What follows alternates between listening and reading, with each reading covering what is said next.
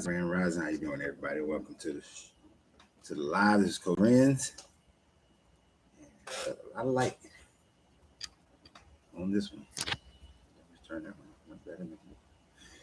Anyway, what's up, everybody? How you doing? This is Coach Renz. We are in our final verse book portion of Flying Bother Me all the time I've been in here. Now I want to bother me.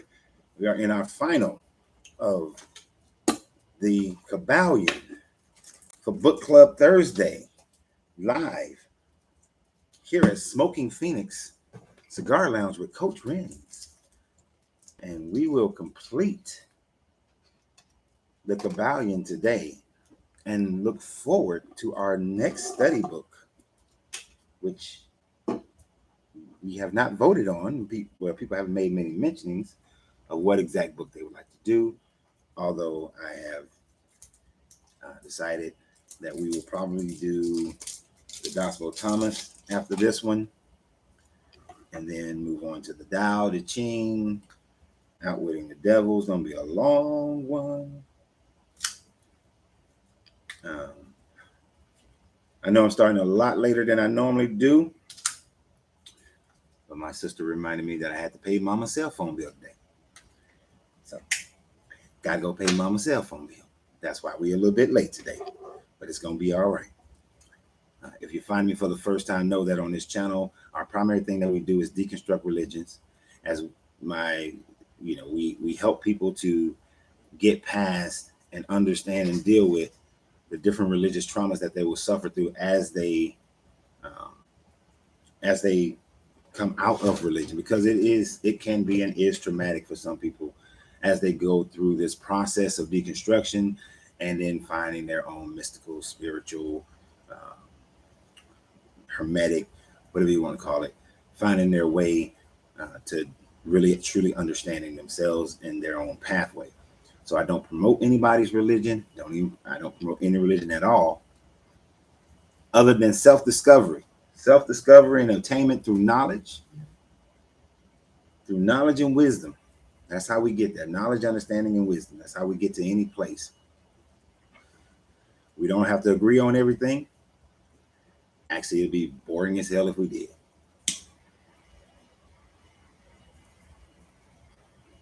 Most important, it's time to subscribe, damn it. I need everybody, you go to other channels like on YouTube, please hit that subscribe button. It helps the channel. No, subscribe. Just telling you, hit the button. Especially on YouTube. The YouTube channel is at one of those marks. It's at 7,956. Okay, let's hit 8,000. Let's hit the 8,000 on YouTube.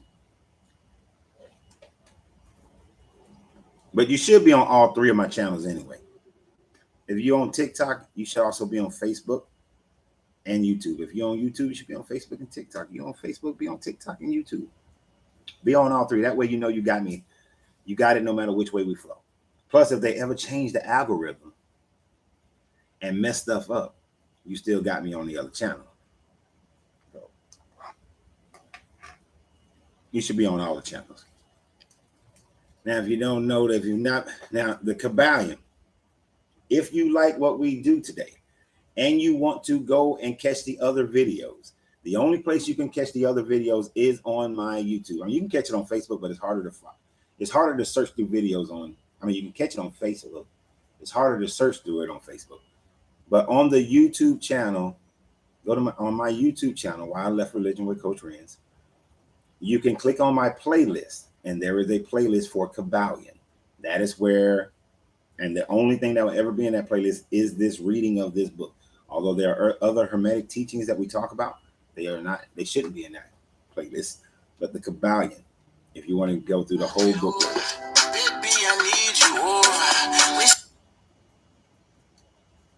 I swear that phone. So we have been through the original summary, breakdown of the book. We talked about the law of mentalism, the all in all. And that law of mentalism is long. There's multiple videos for that one because it talks about the all in all divine paradox. We went through all of that, what the all is. We did the law of correspondence, as above, so below. Then it was the law of polarity, understanding the poles that first understand. And we're going to get to the summaries in a minute. I'm just telling you. Went through the law of polarity, went through the law of rhythm, the law of vibration, the law of causation, which is the law of cause and effect, and then the law of gender, the law of, and I really think, in all honesty, the law of gender should be called the law of generation. And the reason why I would say it should be called the law of generation is simply because our English language, our terminology of things have been skewed now. As if you guys was here last week when we was talking about the law of gender, because it says the law of gender, you get your people who are all caught up in their emotions as far as what we and they determine gender today. It ain't, and it didn't have nothing to do with that. Later on, as we discussed, the guy realized it ain't had shit to do with that, but it's more about the law of generation, law of creation is what it should be called. But now we will finish out this book in a few short pages. It's not that many pages for this one. Yeah, it's really not that many pages at all. And we will finish it out with the hermetic axioms. It's like the final teachings of the book so that you can bring it all together. And then we'll discuss it in summary as to how you can actually use it. What's the point of having a book, reading a book, if you cannot apply it unless it's just something you're reading for scientific, for just fun? But the hermetics are not something that you read for fun. We need to apply this. I have long applied it in my life. So the hermetic axiom. The possession of knowledge, unless accompanied by manifestation and expression in action, is like the hoarding of precious metals, a vain and foolish thing. Knowledge, like wealth, is intended for use. The law of use is universal, and he who violates it suffers by reason of his conflict with nature's forces. So again, if you've listened to this whole thing, you've been with us for all 12, damn, this is taking 12 weeks, for all 12 weeks of this book, and you do not apply it, you're being wasteful, you're hoarding, you're not, it was purposeless for you. You should not have listened to any of them if you're not applying them. The hermetic teachings, while having been kept securely locked up in the minds of the fortunate possessors thereof. Let me start over. The hermetic teachings, while always having been kept securely locked up in the mind of the fortunate possessors thereof, for reasons which we have already stated, were never intended to be merely stored away and secreted. The law of use is dwelt upon in the teachings, as you may see by reference to the above quotation from the Kybalion, which states it forcefully: knowledge without use and expression is a vain thing, bringing no good to its professor or to the race. Beware the mental miserliness.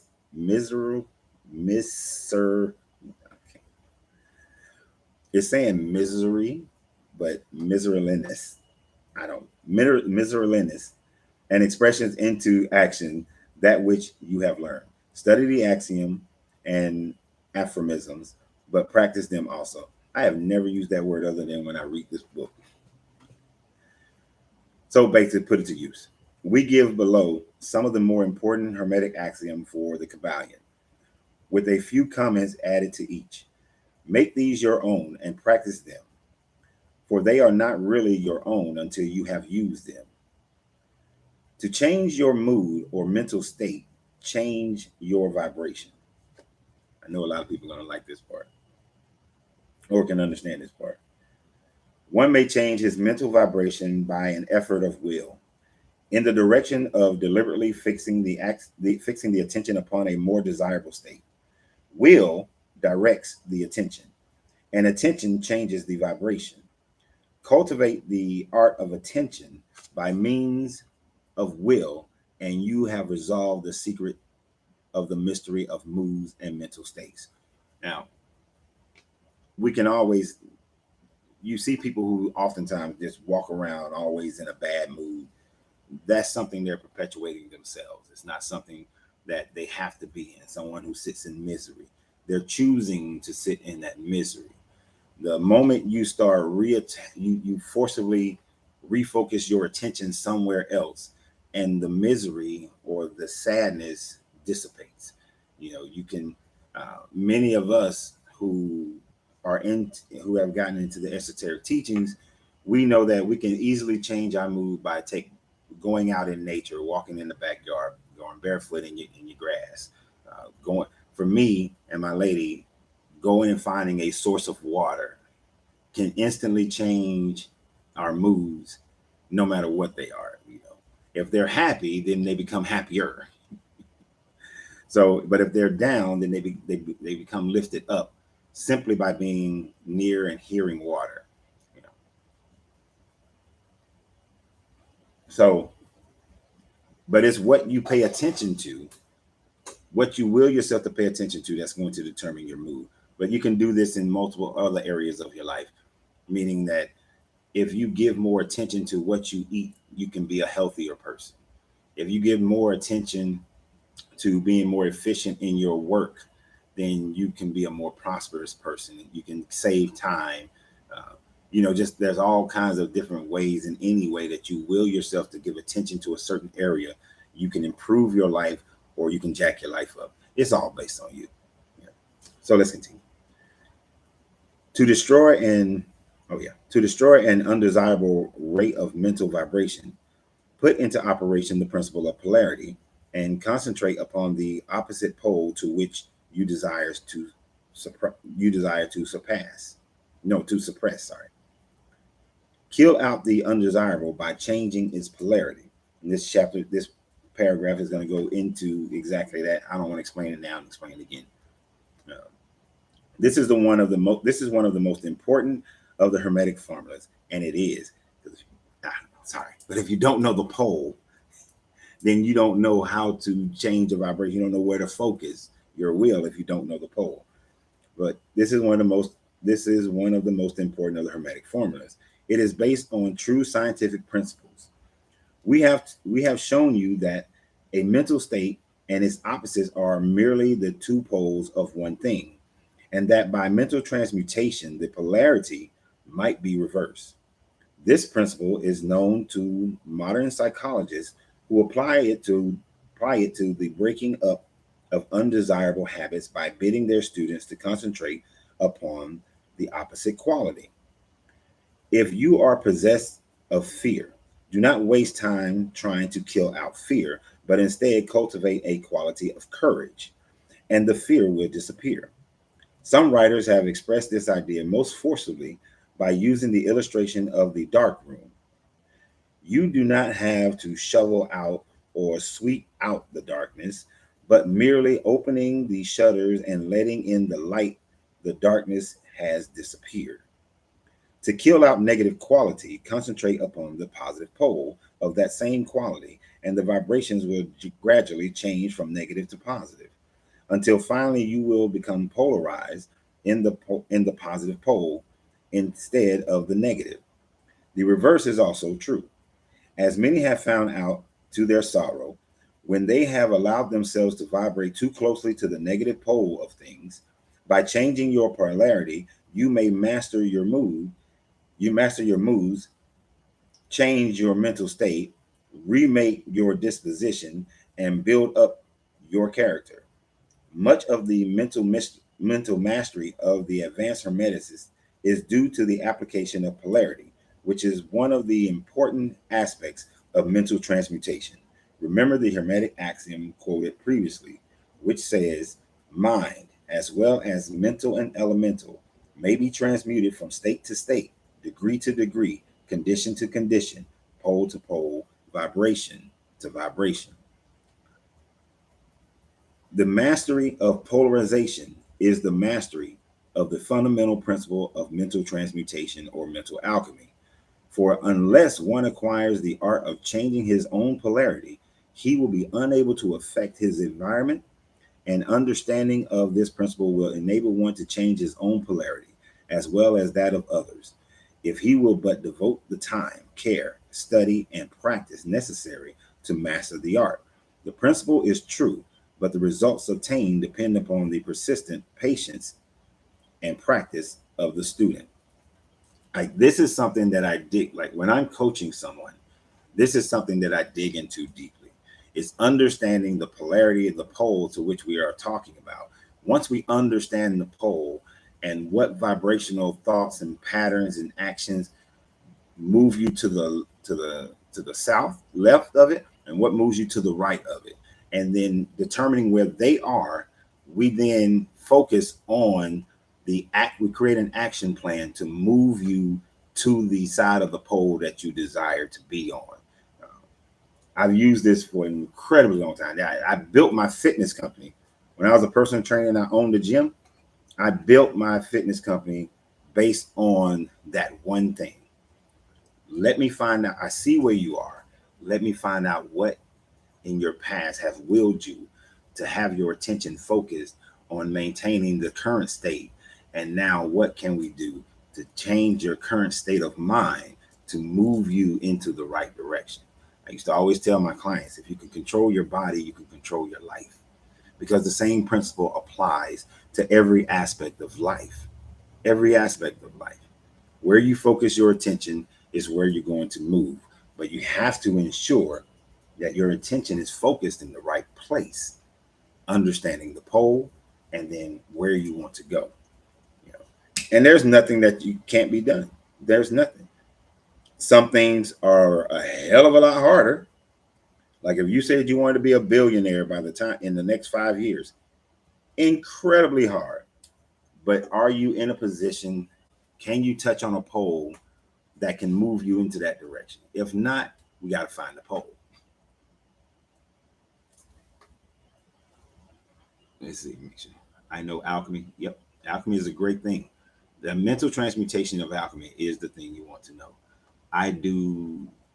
How do I that? I mean, how do you do that? It depends on the pole. Give me an example. Give me an example. If that's what you mean, give me an example, because all things are relative to the pole. Like I was just saying. So when I was talking about fitness, or are you talking about how do you become a billionaire in 5 years?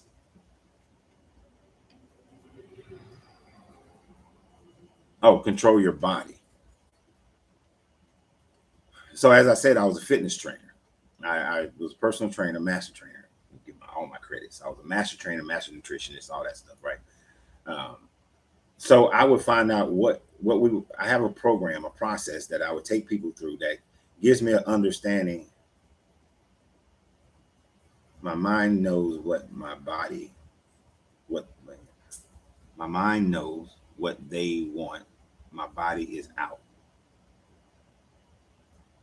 I I don't understand what you mean by that. My mind knows what they want, but what they want, my body is out.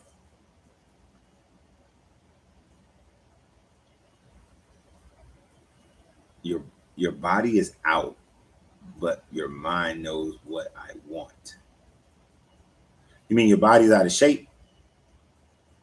You can't control your body. Do you have some type of ailment like thyroid issues or something else going on with your body? You see, these are the things I take my clients to. I have to know every aspect of their medical history, their medical history. Uh, you have some kind of paralysis. So I have to know. This is what I'm saying. When I go through this, I have to know a lot more. I take my clients through a process where I gain a lot of personal information about them, their medical history, their family eating history, um, all these things. In knowing those things, that's how we start to make the change. Deciding figuring out what traumas caused a person, or what just um, habits they learn from birth. And if you've been eating a certain way or living a certain way from as early as you can remember, it is incredibly, and you've been doing this for 30 years, we got to unravel 30 years. You're 30 years down this pole over here. So I have to figure. So what I figure out are what are the triggers that are going on or that has happened that can change your mindset so that you go and do the work, so that you eat properly, and you eat properly for yourself. Uh, and we do the math. Your body burns. If your body burns 2,500 calories a day in order to maintain its current state, we need to reduce your caloric intake by 500. And then we need to look at the type of calories that we're going to put in your body. I was diagnosed with hearing voices in my mind.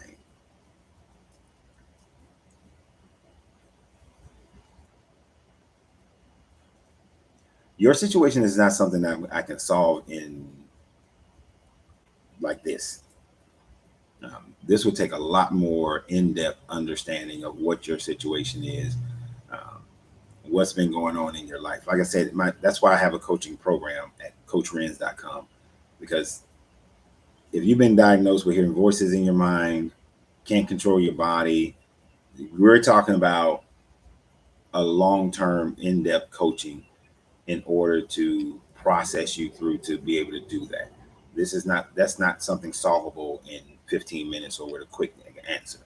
That's a complex answer. So I'm not pushing you off, not doing that.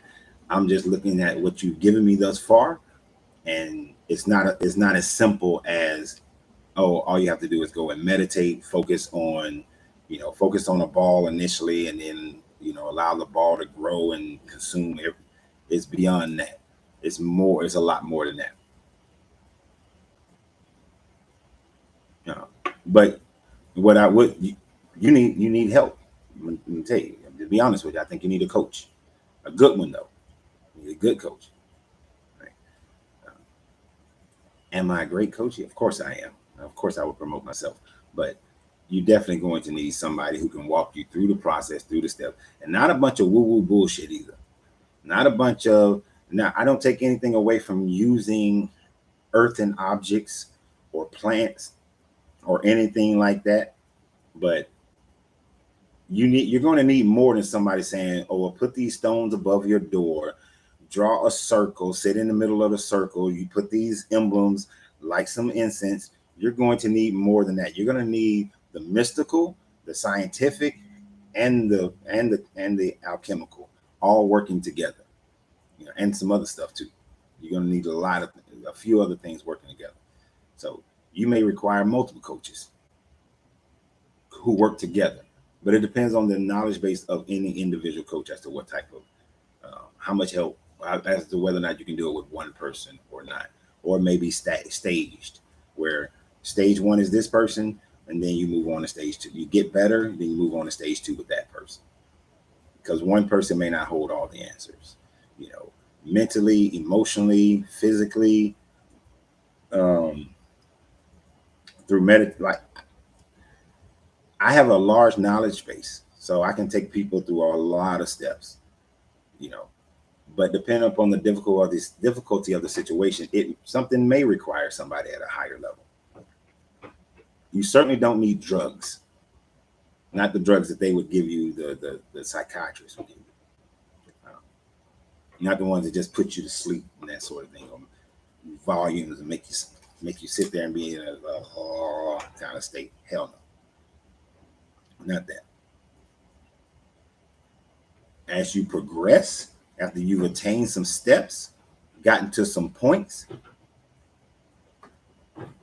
some magic mushrooms might be something, but you got to get to a certain point first. So I'm not recommending that you go do that. First of all, let me say that. But you got to get to a certain level of control, mental control, before you engage in that type of activity. So if you meet somebody and somebody's telling you, "Oh, go ahead and do these magic mushrooms, go ahead and do this weed or some other kind of psychedelic," hell no, not yet. There are certain control states that you need to get to first before you do something like that. But yeah, if anybody requires my help, needs my help, CoachRenz.com, got plenty of coaching programs there. I don't know if that's somebody on the roof or next door. All right, let's continue. Rhythm may be the art of polarization. As we have explained in previous chapters, the hermeticist holds that the principle of rhythm manifests on the mental plane as well as on the physical plane, and that the bewildering succession of moods, feelings, emotions, and other mental states are due to the background and to the backward and forward swing of the the mental pendulum, which carries us from one extreme of feelings to the other. The Hermeticists also teach that the law of neutralization enables one, to a great extent, to overcome the operation of rhythm in consciousness. As well as we have explained, there are higher planes of consciousness as well as ordinary lower plane. The master, by rising mentally to the higher plane, causes the swing of the mental pendulum to manifest on the lower planes. And he, dwelling in his higher plane, escapes the consciousness of the swing backwards. This is affected by polarizing on the higher self, and thus raising the mental vibration of the ego above those of the ordinary plane of consciousness. It is akin to rising above a thing and allowing it to pass beneath you.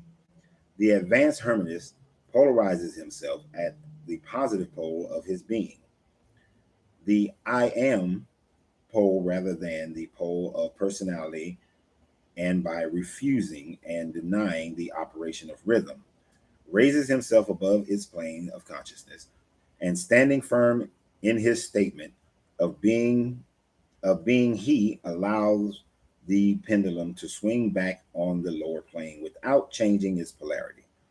This is accomplished by all individuals who have attained a high degree of self-mastery, whether they understand the law or not. Such persons simply refuse to allow themselves to be swung back by the pendulum of mood and emotion, and by steadfastly affirming the superiority, they remain polarized on the positive pole. The master, of course, obtains a far greater degree of proficiency because he understands the law which he is overcoming by a higher law. And by the use of the will, he obtains a degree of poise and mental steadfastness almost impossible of belief on the part of those who allow themselves to be swung backward and forward by the mental pendulum of moods and feelings. Remember always, however, that you do not really destroy the principle of rhythm, for it is indestructible. You simply overcome one law by counterbalancing it with another, and thus maintaining an equilibrium. The law of balance and counterbalance are in operation on the mental as well as on the physical planes. And and an understanding of these laws enable one to seem to overthrow laws, whereas he is merely exerting a counterbalance. Balancing your chakras, self, gotcha.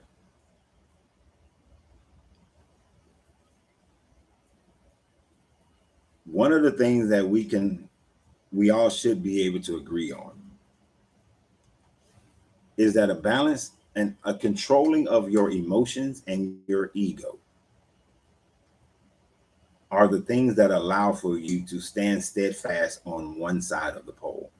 That the moment you see it swinging back to the left, when you talk about the individual, the moment you see it swinging back to the left, you know to gird up your loins, as they say, and stand strong in your position.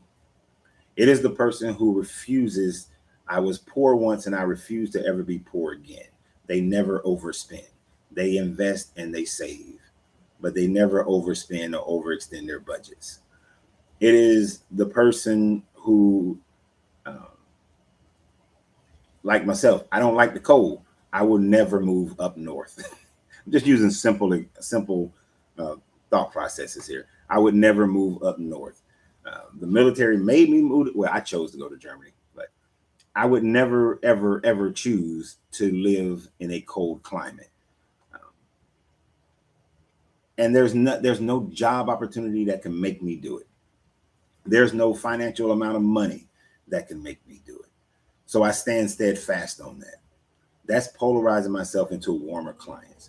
So the strength of your mind as to what you will stand on determines your ability to stay to negate the backward swing in every aspect of what it is. One of the most difficult things to do that in is a relationship with another person, because now we're dealing with two egos, two moods.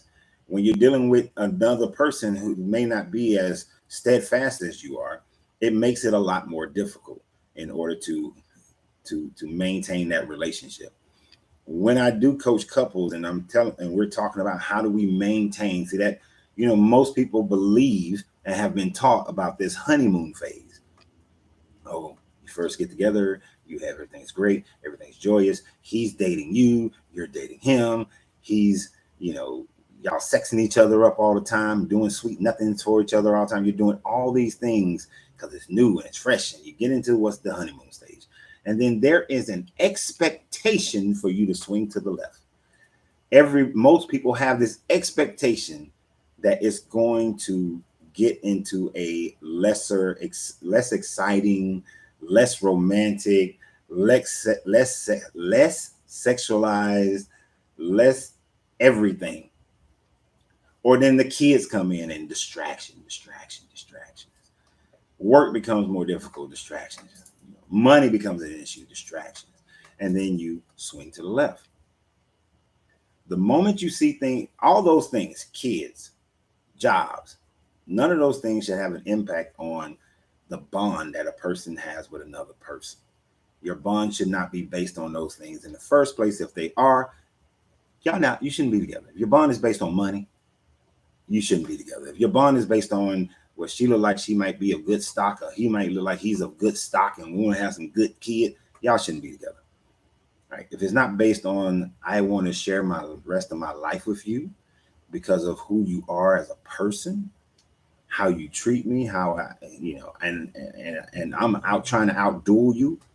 I want to treat you better than you treat me. I want to make sure that you're happy. I'm always concentrating on your happiness. That is how a relationship should be based. But the moment it starts going to the left, the key is to recognize it's going to the left and then quickly start doing the very things that got you to the right, the very things that keep you to the right. My grandmother used to always tell me, whatever you did to get her, you got to do twice as much to keep her. Meaning that if you dated her, then you have to date her just even more. If you were flowers and roses, you got to keep being flowers and roses.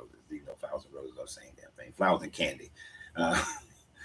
Whatever it is that caused her to be with you, if you talked to her a lot, gave her your attention, if, I'm very chivalrous. I dare any woman in these groups to come around me and think they're going to open a door or take out trash or walk next to the side of the street. None of that shit's happening.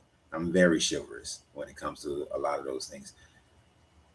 If you started out that way, you have to continue to be that way. There's no changing in it. Right. And if you can figure out even more ways to do it, then you figure out even more ways to do it. I wasn't massaging feet when I was in high school, but I massage feet now, and backs and legs and arms and shoulders and hands, the whole deal. You gotta increase. Got to a point where I took a class on it so that I know what the hell I'm doing so you don't hurt somebody. But all those things. But that's how you keep polarized to the right. And you do the same thing with the company. Whatever built your company, whatever keeps your company relevant, when you see that the things are changing, then you have to adjust and polarize your company to that side, or even your job. All those things matter.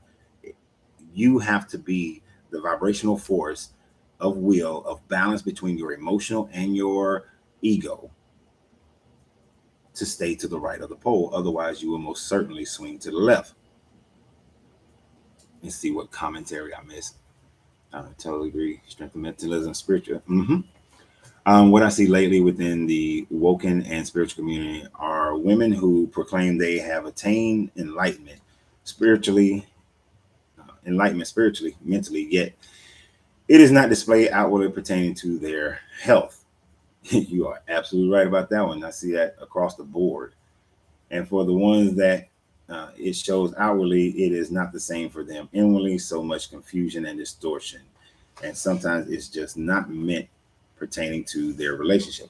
And some relationships are not meant to be. Some of them are just a person may be in your life for just a short reason. And we often try to push them much further. Yep, we are finishing the axioms of the 7 hermetic principles. That's the Kybalion. But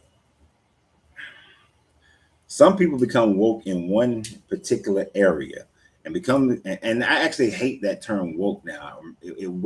It's been so distorted, just like most things, especially most things that come up in the heavily melanated community. We come up with something and then the rest of Western society jumps on it. We came up with civil rights and they jumped on it. Everybody else is using it and we still struggling to get it. We started with woke.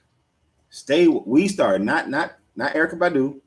It was before her, with stay woke, stay attentive, don't see beyond the bullshit. And now everybody is trying to use it. It's been so commercialized already. I'm so sick of it. So the thing about it, once you come to a state of controlling your ego, controlling your emotions, and sometimes people look at you and think that you're cold or you're mean. No, you're just absolute in how you're going to function. Right? You're just absolute into what you will allow in your inner circle. You're absolute in how you will live your life. Some people get mad at me because I will say race doesn't exist.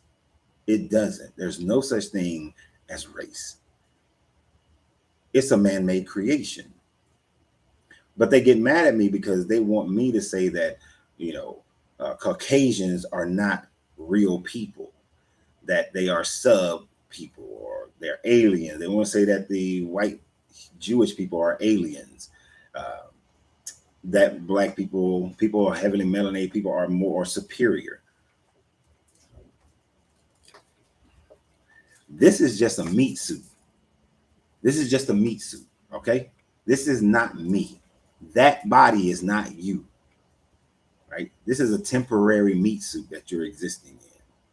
Your consciousness exists after the body. It was existing before it. It's going to exist after it. So it's just a vessel. That's it. It's nothing else. But do I realize, because of the low vibration of human society, that I have to deal with racial things? Yes. Do I have to deal with it from the perspective of a black man? Yes. Do I do it? I do. Which y'all was on the video yesterday. Y'all know I'm ready to separate from these motherfuckers. But I'm not gonna go the full, let's categorize which group is better than the other, who started this, trying to make everything black. Everything got to be black now. Right. Woke is derived from wake, a celebration of death, risen to the world in this world. That is what my family said about me. Yeah. No. What, like, we just back to what we was talking about. The key to you having enlightenment, and one of the main keys to you having enlightenment, is being able to get that emotional and mental control. When you can get the emotional and mental control, you begin to enter into enlightenment and secret knowledge. You begin to be able to see through the bullshit, right? And have an understanding that will sometimes and oftentimes differ from mainstream, but you will be better off than the mainstream in the aspects of life that means the most. You can apply it to any aspect of life. Where you apply it matters. If you apply it to wealth, you can apply it to wealth. If you apply it to loving relationships, you can apply it there. If you apply it to community service, you can apply it there. Wherever you decide to apply it, it will manifest greatly. but it is there that you must apply it. And anyone who has gained that type of knowledge and understanding and wisdom knows that everything is a marathon. Hardly anything is ever a sprint. So it is not a immediate situation. It's like when I see people who claim to be woke, as you were saying earlier, but they go for every get rich quick scheme. Your ass ain't woke. You're not woke.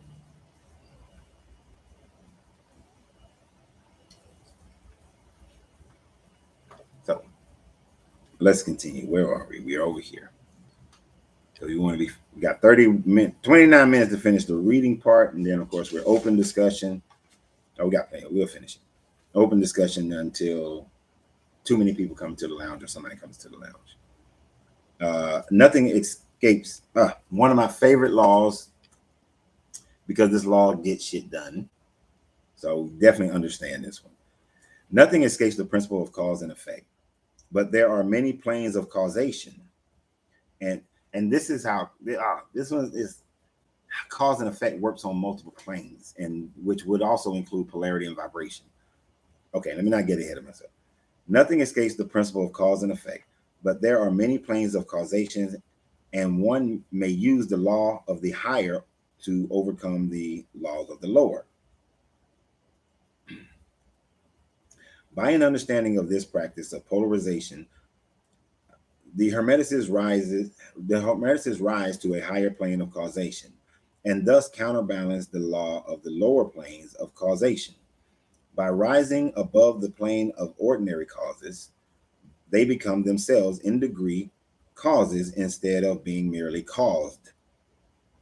By being able to master their own moods and feelings, and by being able to neutralize rhythm, as we have already explained, they are able to escape a great part of the operation of cause and effect on the ordinary plane. The masses of people are carried along obedient to their environment, the wills and desires of others stronger than themselves, the effects of inherited tendencies, the suggestion of those about them, and other outward causes which tend to move them out on the chessboard of life like mere pawns. By rising above these influences, causes, and the advanced hermeticist seeks a higher plane of mental action. And by dominating their moods, emotions, impulses, and feelings, they create for themselves new characters, qualities, and power, by which they overcome their ordinary environment and thus become practically players instead of mere pawns. Such people help to play the game of life understandingly instead of being moved about this way and instead of being moved about this way and that way. They, by stronger influences and powers and wills, they use the principle of cause and effect instead of being used by it. Of course, even the highest are subject to the principle as it is manifest on higher planes. But on the lower planes of activity, they are masters instead of slaves. As the Kybalion says, the wise ones serve on the higher, but rule on the lower. They obey the laws coming from above them, but on their own plane and those below them, they rule and give orders. And yet, in so doing, they form a part of the principle instead of opposing it. The wise man falls in with the law, and by understanding its movements, he operates it instead of being its blind slave. Just as does the skilled swimmer turns his this way and that way, going and coming as he will, instead of being as a log which is carried here and there. So is the wise man as compared to the ordinary man. And yet both swimmer and log, wise man and fool, are subject to law. He who understands this is well on the road to mastery. I hope y'all got all of that.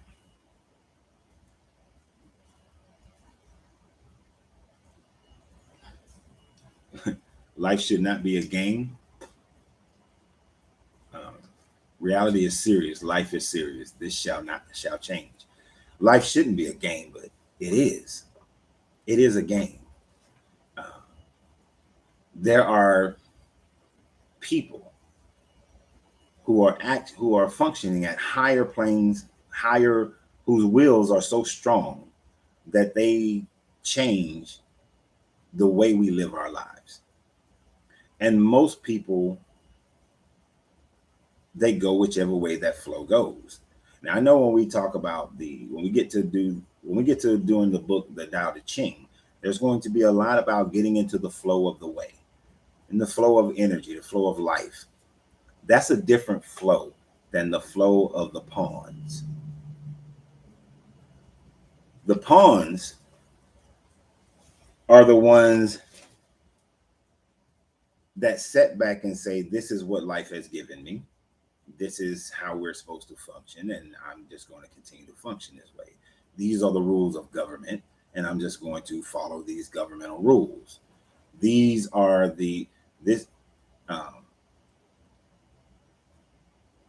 perfect example. Some people question, why did I shut down my popcorn shop?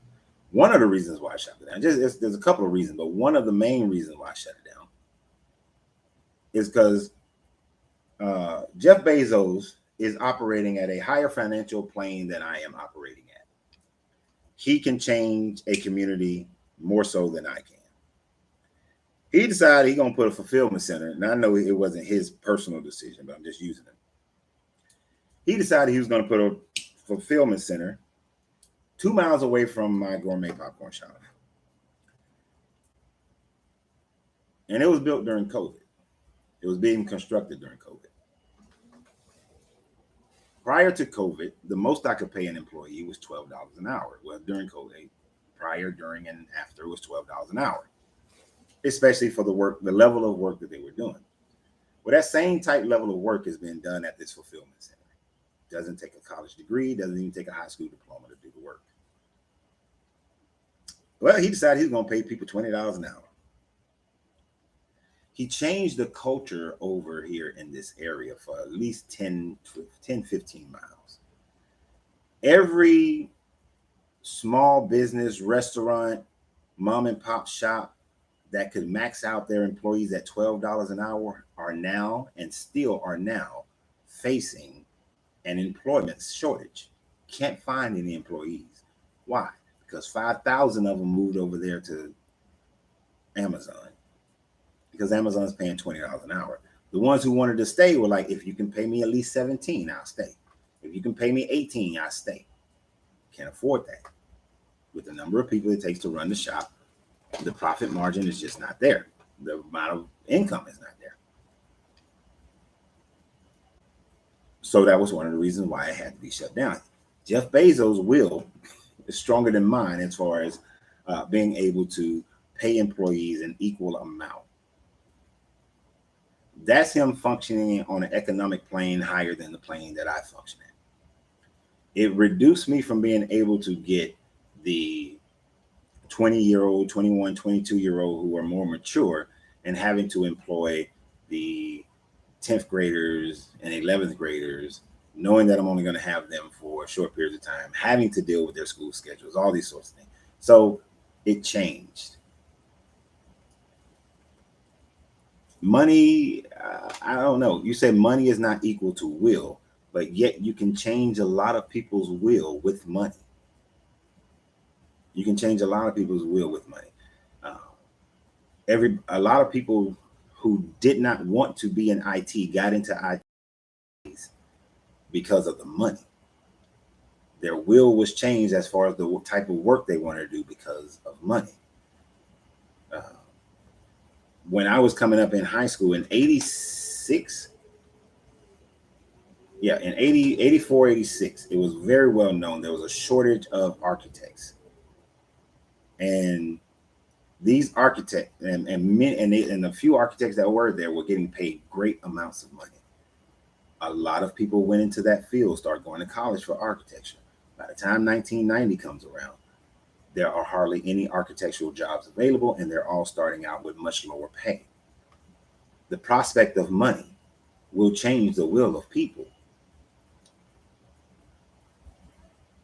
It is a false power, and that which is theirs controlled because they lack such.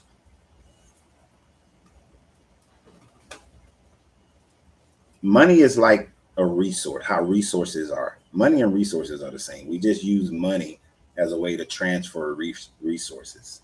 Um, Back when there was farm, agricultural, hunter gatherers, whatever, different previous societies, we didn't, the money was the resource.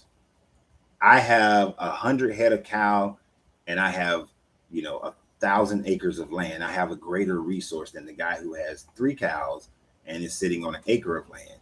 Because I have greater resources to provide for the community, it gives you power to sway and move the community. Dealing on the matter plane of existence. I'm talking about the matter plane of existence here. When I think Iman, and I hope I'm saying it, Iman. I think it's Iman, right? Um, on a spiritual plane, a life plane, you're absolutely right. Money is a false power. But on the matter plane that we're existing on, money is a very real power, incredibly real. Many people go to mega churches because of the material money viewpoint of the mega churches, the reputation of being able to say that I go to this church. Money is a true power, because if I got $10, how many people can I feed? But if I got $1 million, how many people can I feed? If I got $1 billion, I can feed countries.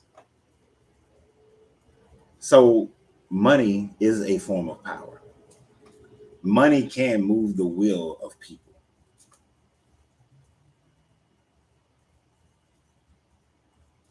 So, and recognize, as you rise higher in consciousness, you have to be able to look at how your will will influence the lower planes.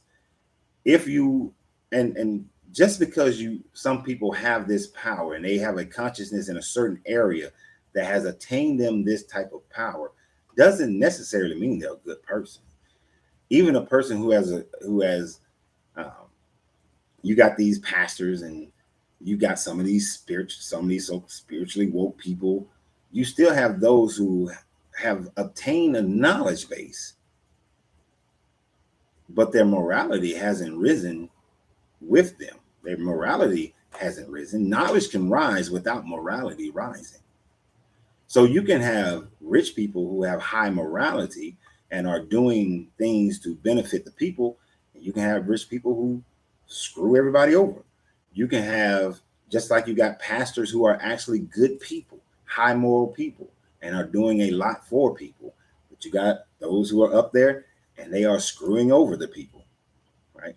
So those don't necessarily always work together. This is why there's a control of the logical mind, a control of the illogical mind, a control of the emotions, so that a person can then will themselves into a position where they can be a benefit to society. Most of those who become masters, true masters, know that they have a responsibility of moving the pawns into the best situation possible. And they know that the person on the opposite side of that chessboard is moving their pawn to be sacrificed. Um, I talked about this. I went into this a little bit a few years back. I purposely checkmated the other person on, because most people see pawns as things to be thrown away, things to be sacrificed. But I wanted to demonstrate to that person that a pawn can checkmate a king if placed in the right environment. a pawn can checkmate a king. The ultimate power is self-control, which is negated by said money, and true freedom will bring forth the true power of the weak shall be shown. Lots of them. All should become a master of self. And if you're a true master of self, then some of those things some of those sayings that we have, power corrupts, absolute power corrupts absolutely. Money is a corruption. If you have truly gained mastery of self, those things are you don't necessarily have to become corrupt because of power and money. No. It is the fact that most people do not have that mastery of self. And we do live in a society on this matter plane where the hardest road to obtain power and the hardest road to obtain wealth is by obtaining it without being corrupt. The easiest way to obtain power and obtain wealth is through corrupt methods of cause and effect. Now, the more you're in control of your emotions, the more you're in control of your impulses, the more you're in control of your mind, the less you are affected by higher causation. And for most people, we are dealing with it on this matter plane. And this is where I want you guys to really understand this. Most of us, for the most of our day, most people are working, and they're working so that they can have some type of living, house, shelter, transportation, food, clothing, and some type of joy. This is what most people are doing. You're spending 8+ hours a day dealing with this. Right? Now, the more value you provide to the economy, the more you are a causation to the effects that you're going to get. So whatever you're doing, you have to increase your value to the matter plane of existence in order to live that life. But it's all still relative to where you want to live. Some people are happy here financially. Some people are happy here financially. Some people are happy here financially. You have to be able to put enough causations into effect to get to wherever you want to be. But when you get there, let's say your number is $60,000 a year. You get to the $60,000 a year. You have to be the causation to maintain the gig that got you to 60,000, whether it's entrepreneurship or you're working for somebody. You then have to be able to maintain not having impulses to overspend and be out of budget with that. So like on my page, in and out to legacy business, I will and have been talking about being on a budget and not having impulses to go outside of your budget, to set it up where you're in a great financial position. The younger you are, the earlier you should be investing in long-term investments so that when you are older, you don't have to work. I was just talking to a gentleman yesterday. One of the biggest issues with people my age, I'm 51, they're buying new houses now. You buying a new house now with a 30-year mortgage, you cannot quit your job. You cannot retire. You're going to work until you die. Right? Those are are improper. You're setting up the wrong, those impulses. Oh, I want a new house. I want a new house. I want a new car. I want this. I want that. I want everything. Those are impulses that are showing that you are not in control of your emotions. And you are following the causation of the economic society that we live in, that you must always maintain and be in debt, and that you should always be trying to get more, get more, get more, get more. That materialism is the way. That's true. That's the American dream. When actually it's the nightmare. It is making you more and more of a pawn. You might have been a knight. You might have been a rook. But now you're back to being a pawn. You 65, you 70 years old and you're a pawn. You 70 years old, you can't work in your previous field maybe, but you're over here at greeter at Walmart now. You're a pawn. Or like your mom said, it's hell. You're in hell now. Right. So controlling those impulses, controlling your status in the matter plane is vital to actually you rising higher in the spiritual plane. You know, if you're working all day, when do you have time?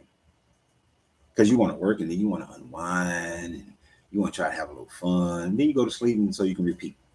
When do you have time to read, to study, to meditate, to stretch, to work out, to eat right, to engage in activities that express your creativity or express your intelligence? When do you have time for that? If you don't have time for those type things, then you will not be able to raise your enlightenment. You would just go with the flow of the rest of the pawns and be sacrificed. And just be sacrificed. You in Georgia, Iman? Because you said you was robbed and you was robbed before and after birth. I should be in one of the rich. I should be one of the richest men upon this planet here in Georgia. No. What part of Georgia?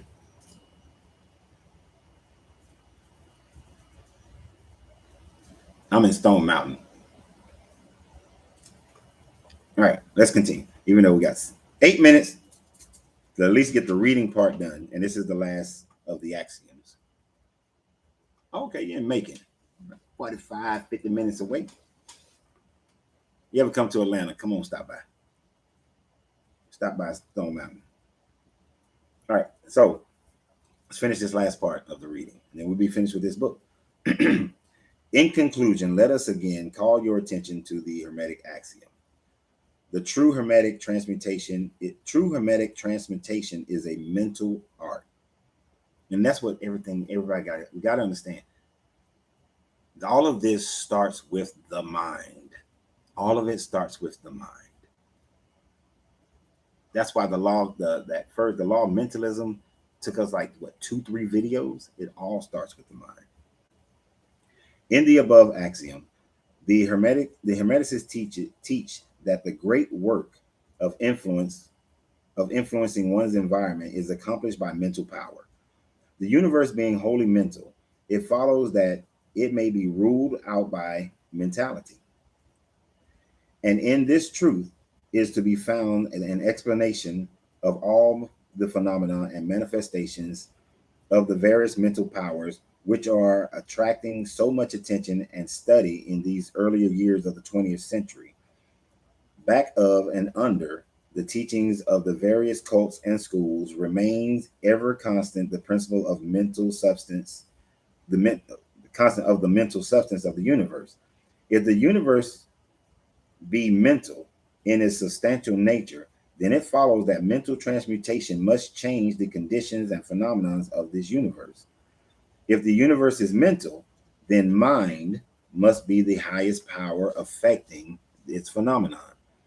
If this be understood, then all the so-called miracles and wonder workings are seen plainly for what they are.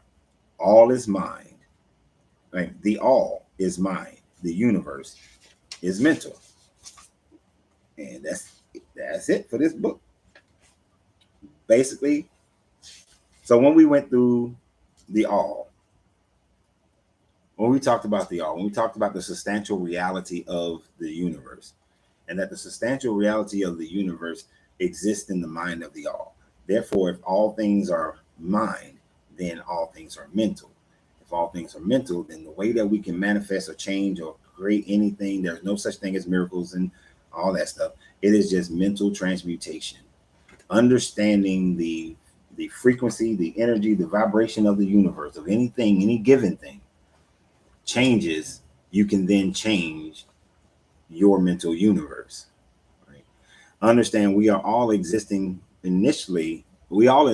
exist in the mind of the all. Then after that, we exist in our own mental universe.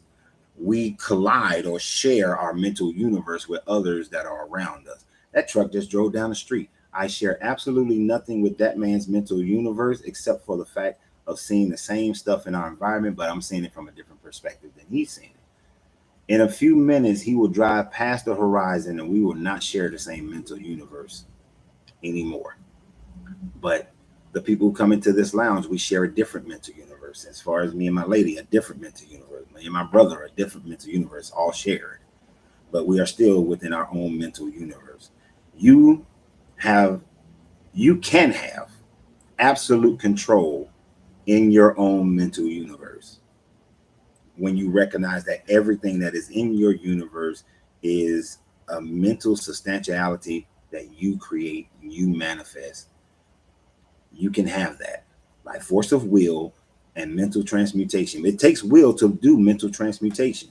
And then followed by the will, you then commit to the actions that manifest whatever it is you are looking to manifest in your life. Right? So when you understand that at a deeper level, and this is beyond, see, this is, a lot of people, what they did with books like The Secret. I'm just going to think there's a check in the mail. There's a check in the mail. I'm focusing on the check in the mail. The check is coming in the mail. I go into the mailbox. I see myself going to the mailbox. I got to the mailbox. I open it up, open the mailbox with the key. I pull it open. Oh, there's an envelope there. I look at the envelope. It got my name, address is coming. I open the envelope, $10,000 check. I'm seeing the $10,000 check. I got the $10,000 check. I'm taking the $10,000 check to the bank. I'm deposited in the bank. The $10,000 check is accepted. And now look at my bank account. There's $10,000 in the bank. Bullshit. A bullshit. A bullshit. A bullshit. I had a lady tell me that she was doing that, and then she got a check for $3,000 from her mortgage company. It was a miracle, and she had applied the law of the law, right? And then I further investigated. I said, let me ask you a question. Do you pay attention to your mortgage statements in and around June, around May, June? See, right now, she really just pays the note. Well, if you would pay attention, then you will recognize that in and around June, if you've overpaid in the previous year's taxes, because the taxes is an estimation. They don't know exactly what the taxes are going to be for your home, right? Hold that thought.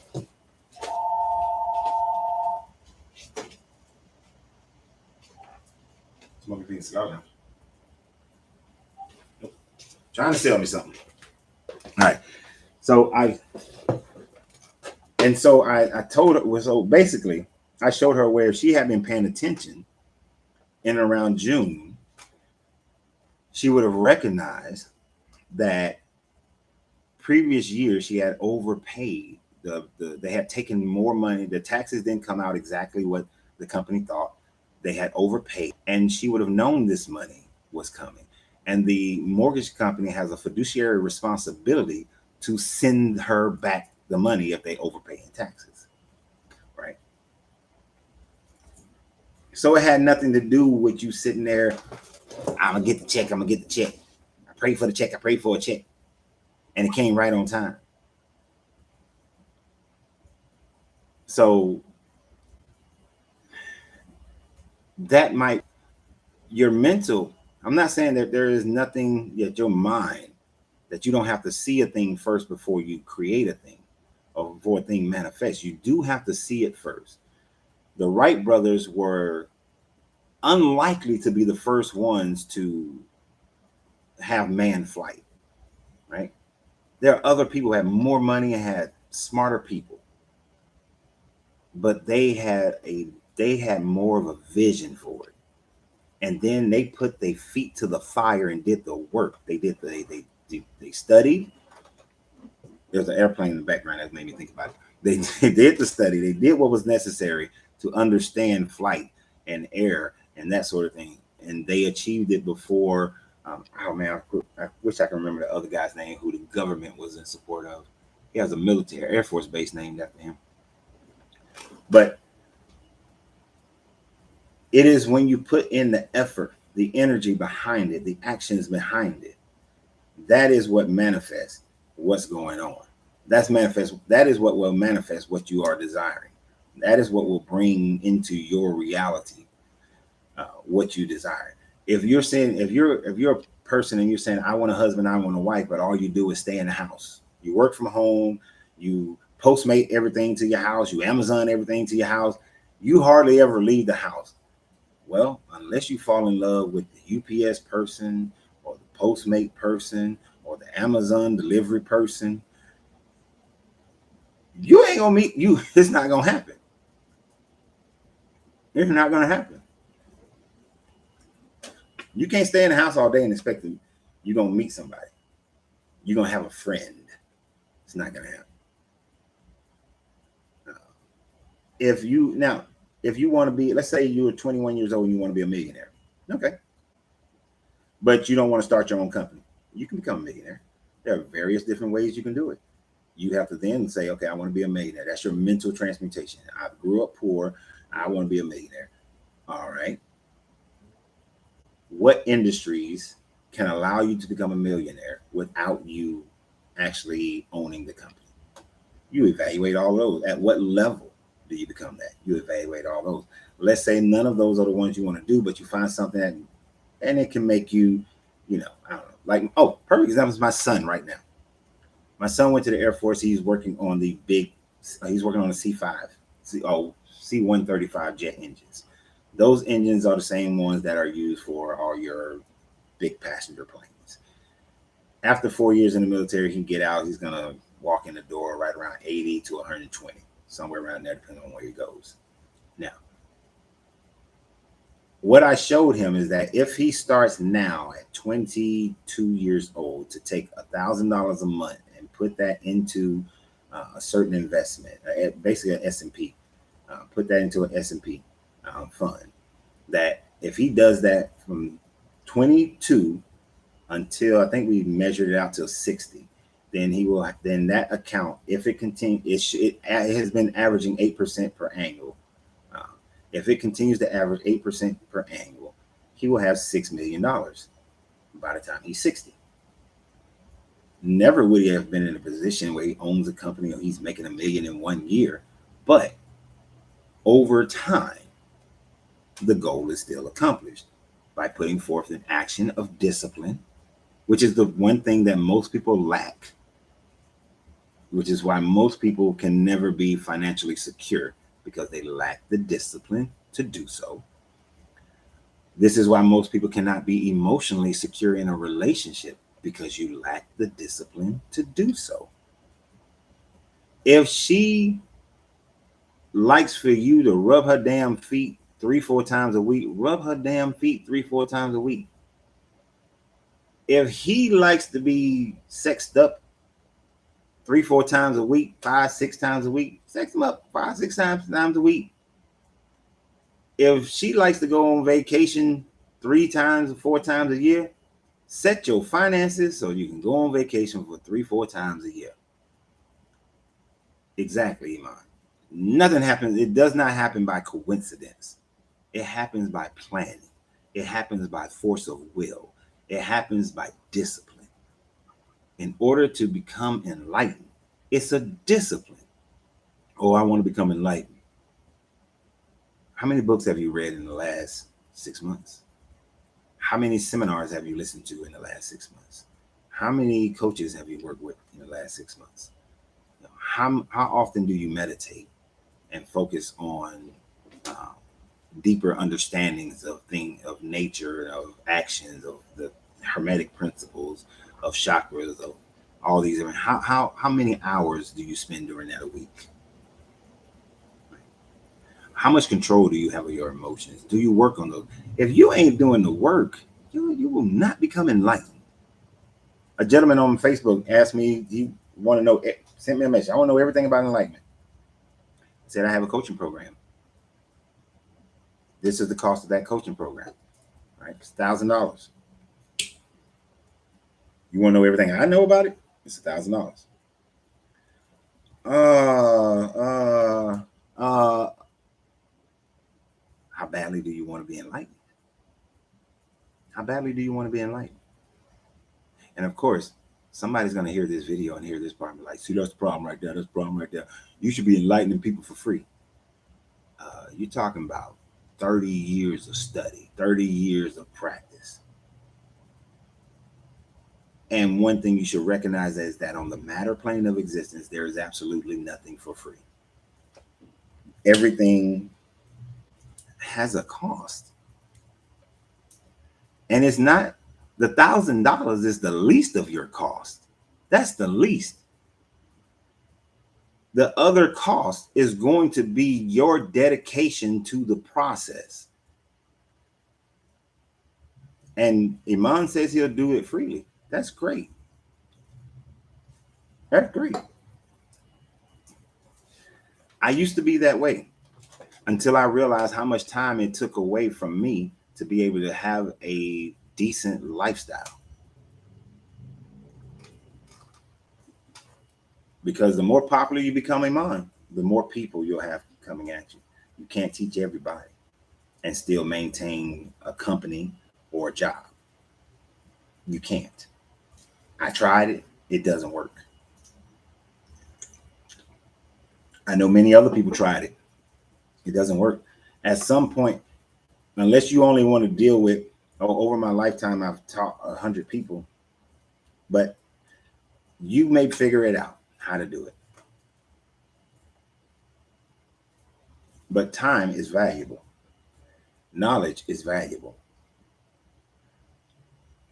There's only so much you can do. Some of the things that you'll have to do, some of the things, the processes that I take people through, you're going to have to invest in it. And here's the thing, I will fire you. When I was a personal trainer, if you don't stick to my program, I fire you. I was like, you know what? I can't work with you anymore. If you're not going to stick to the program, then I can't work with you. So, because as much time as I'm spending working for you, and you're not doing it, it's time I could be giving to somebody else who's willing to do it, because I only have so much time in the day. So I have to be able to give my time to those who are actually want to do it. So like when somebody wants to come into my coaching program, I'll ensure that you are prepared for this, because I don't want to waste my time or your time when I could give my time to somebody else. Because my time is, I got that much time in my life. I run my cigar lounge and I'm in here 10 to 12 hours a day. So I got that much time in my life. I have my lady, so I got that much time in my life. I have my kids, so I got that much time in my life. I have my own self, so I have that much time in my life. So when I only have that much time in my life, the people that are allowed to be in it have to be ready to be a part of it. They have to be ready to be a part of it.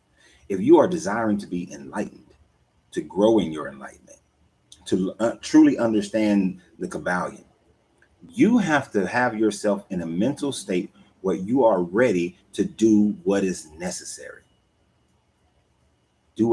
Are you ready to devote at least 2 to 3 hours of reading time?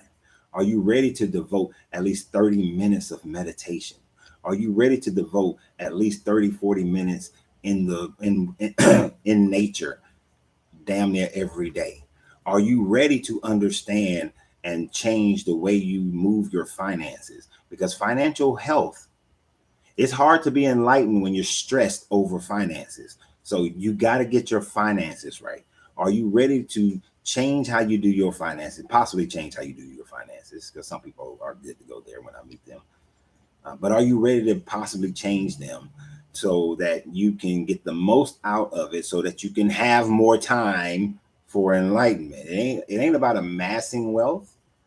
It's about amassing time is what it's about. Amassing time. Time is the most valuable thing that you have that you can never get back. You can't get back time. So are you ready to do that on a financial level? Are you ready to dig deep into? There was a person I was working with, and they did not want to go into their past and work and go through the traumas that they had dealt with. Are you ready to go through those traumas? You have to go through those. You have to alleviate the stronghold that these traumas have had on you. Are you ready to devote that time to go through it and have to deal with it and have to face them and have to remove all of them? Because here's the thing, those traumas can create doubts. Those doubts will stymie anything that you're trying to do. Doubt is a mother. Doubt will kick your ass. All right. You can on the outward, you could be saying, I'm confident, it's gonna happen, I'm confident, I'm gonna do it. And that one little piece of doubt causes you to not make the phone calls you need to make, to not go to the places you need to go, to not do the things you need to do. Oh man, that was a hard day today. I'm tired. I don't feel like meditating. No. Some of that comes from doubt. So are you ready to go through the trauma? Some of that comes from the trauma that is creating the doubt. Are you ready to go through the trauma? Deal with the damn trauma, right? You have to get rid of all of it, right? And you have to work through it. You have to refocus your perception of those traumas in order for you to be alleviated from the pains of it. And those pains are hurting you, whether they're causing you guilt, whether they're causing you shame, whether they're causing you fear, whether it's one trauma I had to go through that was very difficult for me. Very difficult. I ain't even gonna lie, very difficult. The first two people I ever gave my full heart and emotions to in a romantic relationship, they cheated on me. It broke me. I can honestly say for the majority of relationships after that, I liked them, may even love them a little bit. But being in love, hell no. I had a blockage that wasn't going to allow myself to fall, or well, to rise in love with another person. It wasn't going to happen. Nothing against the person, but I can honestly say the second woman that I married, I loved her, but I was not in love with her. And that is a very big difference. And it is not fair. It wasn't fair to her. But that is a huge thing. So I had to work on that trauma, and it took years to work on that trauma. Now, I also put in place during that work, I'm not just going to allow myself to just fall, I'm not going to allow myself to fall in love with nobody, but the person through spending time, I will rise in love with them. And it takes time and experience, and I have to see the person, understand their true character, true nature, the core of that person. So some people can't come into and I realize in order for me to come into enlightenment, that has to go. That I cannot have that block. Can't have that block. So we have to be able to remove those kinds of blocks in order to do so. And then there are so many other things that we have to deal with. Somebody mentioned chakras over on TikTok earlier. Look at the chakra scale and the things that blocks your chakras. One of the hardest ones is that last one, the crown chakra. It amuses me when some people say, oh, my crown chakra is open, right? And actually in talking to them, I realized you ain't even open your third chakra. So, your third eye. So what the hell are you talking about? I know your crown ain't open. Crown can't be open if your third eye is not open, right? But the thing that blocks your crown chakra is your attachments to the matter plane of existence, to the matter plane. Your attachment to your body, your attachment to life, you're still attached to the succession of life. Man, I want to become, I want to lead the people, but every time I lead the people, every black leader that comes up, they wind up assassinating them. That's why I don't want to lead the people. So I'm gonna do it from behind the scenes. Okay, you still holding the earthly attachment, bro. You still holding on to the body. You ain't, crown chakra ain't there. Not king. No, crown chakra is not open. No, it's still closed. I want to lead the people. I want to do this, but shit. I want to make a mansion, and I'm gonna take from the people in order to get it, or whatever. However you're doing it, you still hold on to all of that. Man, I can't lead the people or the followers. Oh, I don't want to follow Coach Renz. Shit, what did he talk about? He used to have a gym. He used to have a popcorn shop. He used to have a sunglass shop. He used to have a candle shop. He used to have a watch shop. He got a lot of used to haves in business. Why should I listen to him? He ain't a millionaire. I ain't listening to him. Oh, you holding on to the fact that you think because a person hasn't become a millionaire in a business that they don't know how a business works or how to operate a business. Oh, okay. You think that my ability to run a business has in any way an indicator of my level of enlightenment. Okay. Your measuring stick is based on earthly attachments. Ain't got shit to do with it. You know what I mean? People have come to this plaza. And a perfect example, it's a building, it's a spot next to me over here. It has great patio. It's used to be a restaurant. You know how many people that came over here? I will tell them the due diligence that they need to go and do before they sign a lease. They don't do it. One dude held that lease for a year. I told him, do your due diligence. And I'm going to give you one step. What is it called? The grease trap is outdated. You're going to have to replace it. It's going to cost you around about $45,000 to replace it. Are you sure you have the money to do that and you'll be able to recoup those funds? They don't do it. I ain't listening to him. I forgot my man's name, but he said that it's too bad that failures don't give seminars because we can learn more from a person's failure than we can from a person's success.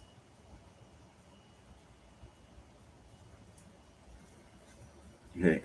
And yes, pain also was my awakening then. Pain is a great motivator.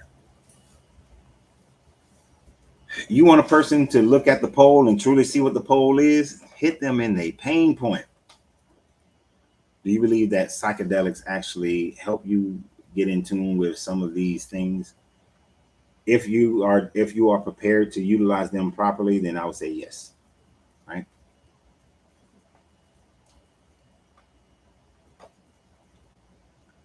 The thing about psychedelics, if you're a person who is still living in fear and anxieties and all that kind of stuff, now, and let me put it clearly like this. A person suffering from anxiety, if they were microdosing, and I'm not a doctor, I'm not a medical person, I'm not giving medical advice or psychological advice. You got to put them disclaimers out there. But if studies have shown and people have demonstrated that if you are a person suffering from anxieties and fear and things like PTSD, microdosing is a good calming effect, has a good calming effect to keep you from feeling your anxieties. Microdosing. Now, if you are a person who's living in deep depressions and anxiety, a full dose, you're more than likely going to have a bad trip because all your fears, all your anxieties are going to come, they will come at you and you won't be prepared to handle it. A person who's experiencing those things need to go through a process to get themselves prepared to be able to mentally handle a full dose.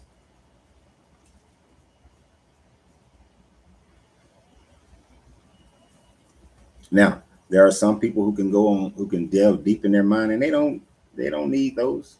They can get there without needing it or using it. But I mean, there's not a but. Everybody is not at that level. Everybody's mind hasn't functioned at that level. They haven't grown their enlightenment to that level.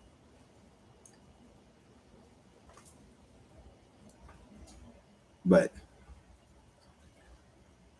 as for me, and here's the thing, even those who have grown their minds to that level, historically has been shown, even some of the most enlightened people, um, to reach even higher levels of enlightenment have used psychedelics.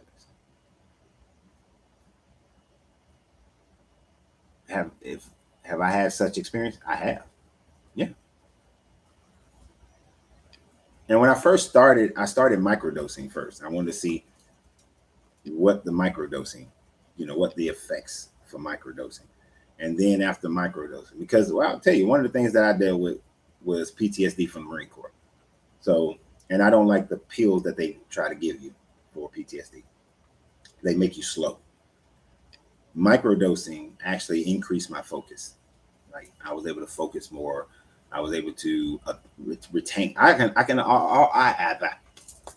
already from birth, from as far back as I can remember, have an incredible ability to retain information. The military discovered that I have the ability to see patterns where other people may not see. I have great pattern recognition, and they show he'll use that up. That I have great pattern recognition. Those are things prior to anything you utilize anything. When I did start microdosing, those things increased, right? Whatever abilities you have and whoever you are will increase as you go through the process. Then when I finally got to a point where I wanted to actually do a psychedelic trip, I did it. I personally had a wonderful experience. And each time I've done it, I've had a wonderful experience. Um, One time I did it, it was cool, but I had to share the dose. So it was kind of like just more high alertness.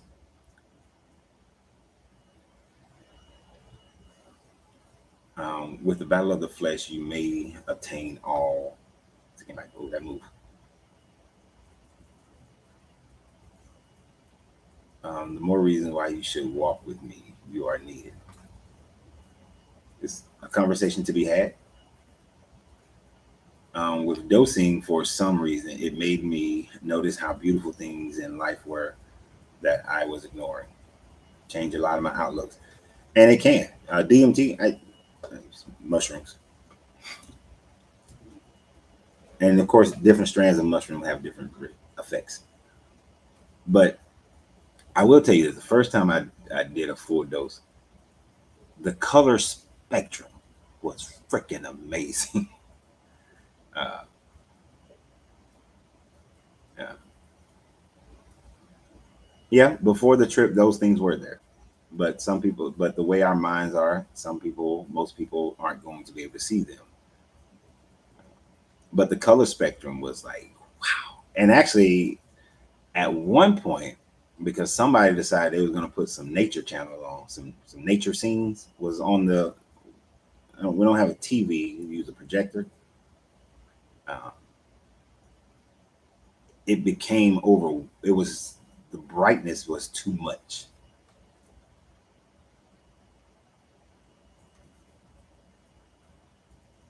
So, yeah, the color spectrum can become like brilliant. Like you truly see reds and blues and greens. Like you see them at a. And I honestly believe, and I'm gonna go ahead and say I know that what I was seeing is the true frequency of the plant, the true frequency of the color. You know that I'm not only just seeing the color, but I'm seeing the frequency of the color. Right, and there are times even like me and my lady was sitting out front in front of the cigar lounge, and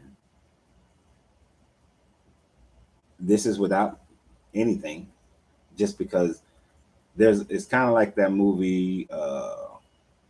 Shit, I forgot the name of the movie where the guy was taking this pill and he became super smart and everything. And he at the end of the movie he said he was like, yeah, he's off of it, but do you think it didn't leave something? That something wasn't left over? So oftentimes, and this was happening even before mushrooms, but now it's even more frequent. I can look at a tree and I can see the aura of the tree. I can see um, the vibration of it. I can see some of the frequency coming off of it.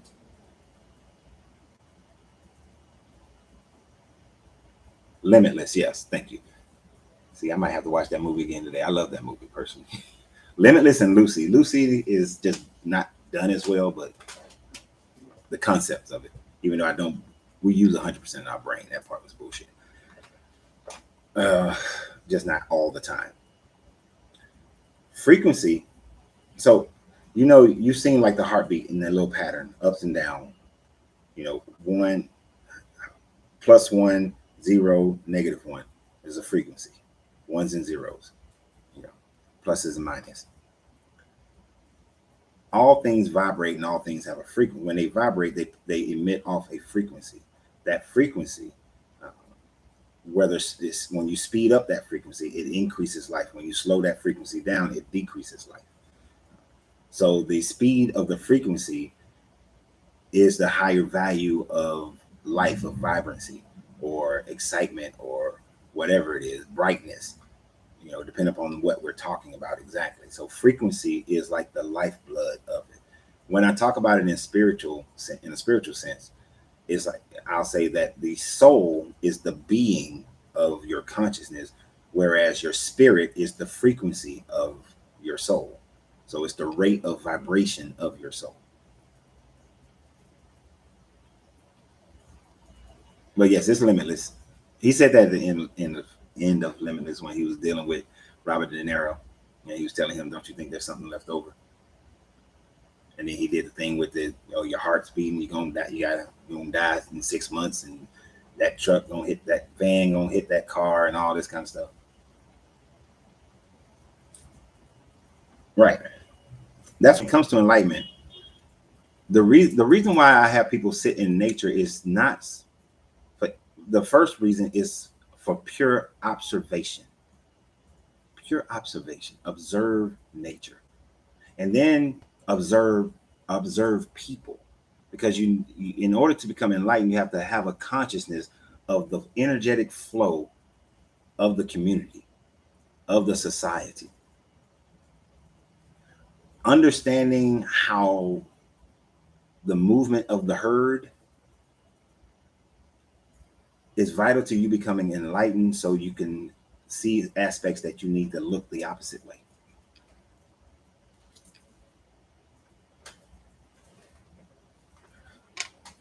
Just because everybody's going right doesn't mean you should be going right. You may need to start going left. But also, in certain aspects, you want to be able to observe human behavior, because depending upon where you're trying to increase something in your life, you need to see where the herd is going so that you can utilize that. Okay, so just for example, I'm on YouTube and Facebook, right? I started out just on Facebook, right? YouTube came out. I didn't give YouTube any attention. I didn't pay no attention to YouTube. I was like, okay, it was fun. This is when I was a personal trainer. I did workout videos on there. That was about it. I got into the YouTube game very late, because my observation of the people wasn't that I was seeing where is people's attention? Where is their attention? If I want to, because my initial purpose for my videos wasn't for y'all. Most of y'all who've been with me for a while, you know this. You already know this. So I'm not talking down to anybody.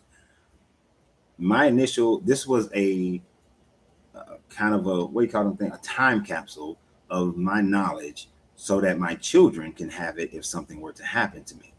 This was for my kids. I wanted to express higher conscious things, yet they were still babies and top kids, small kids. They were still small. What, my oldest being 12, 14 when I first started. This is a time capsule for them.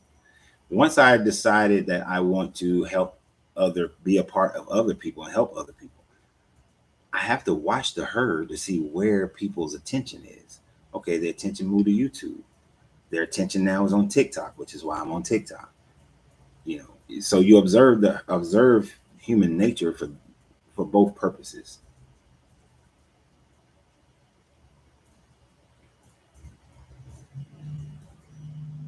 Basically, if I follow the herd and they run off a cliff, you'll run off the cliff with them.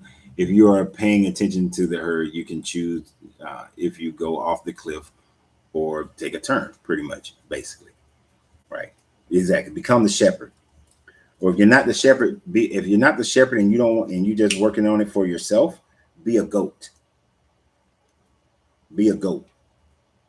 If you notice, sheep always keep their head down and they just eat, and they go where the shepherd tells them where to eat and where to go. A goat will go off and forage and find the greener grass and forage for themselves.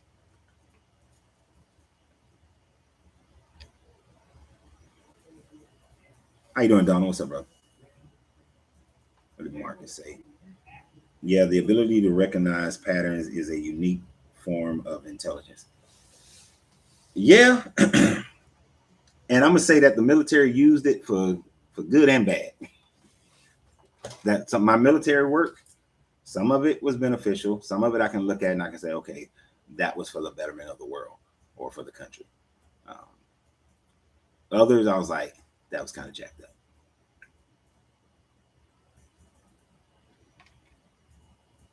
That was, yeah, some of it was messed up. Most of it though was beneficial.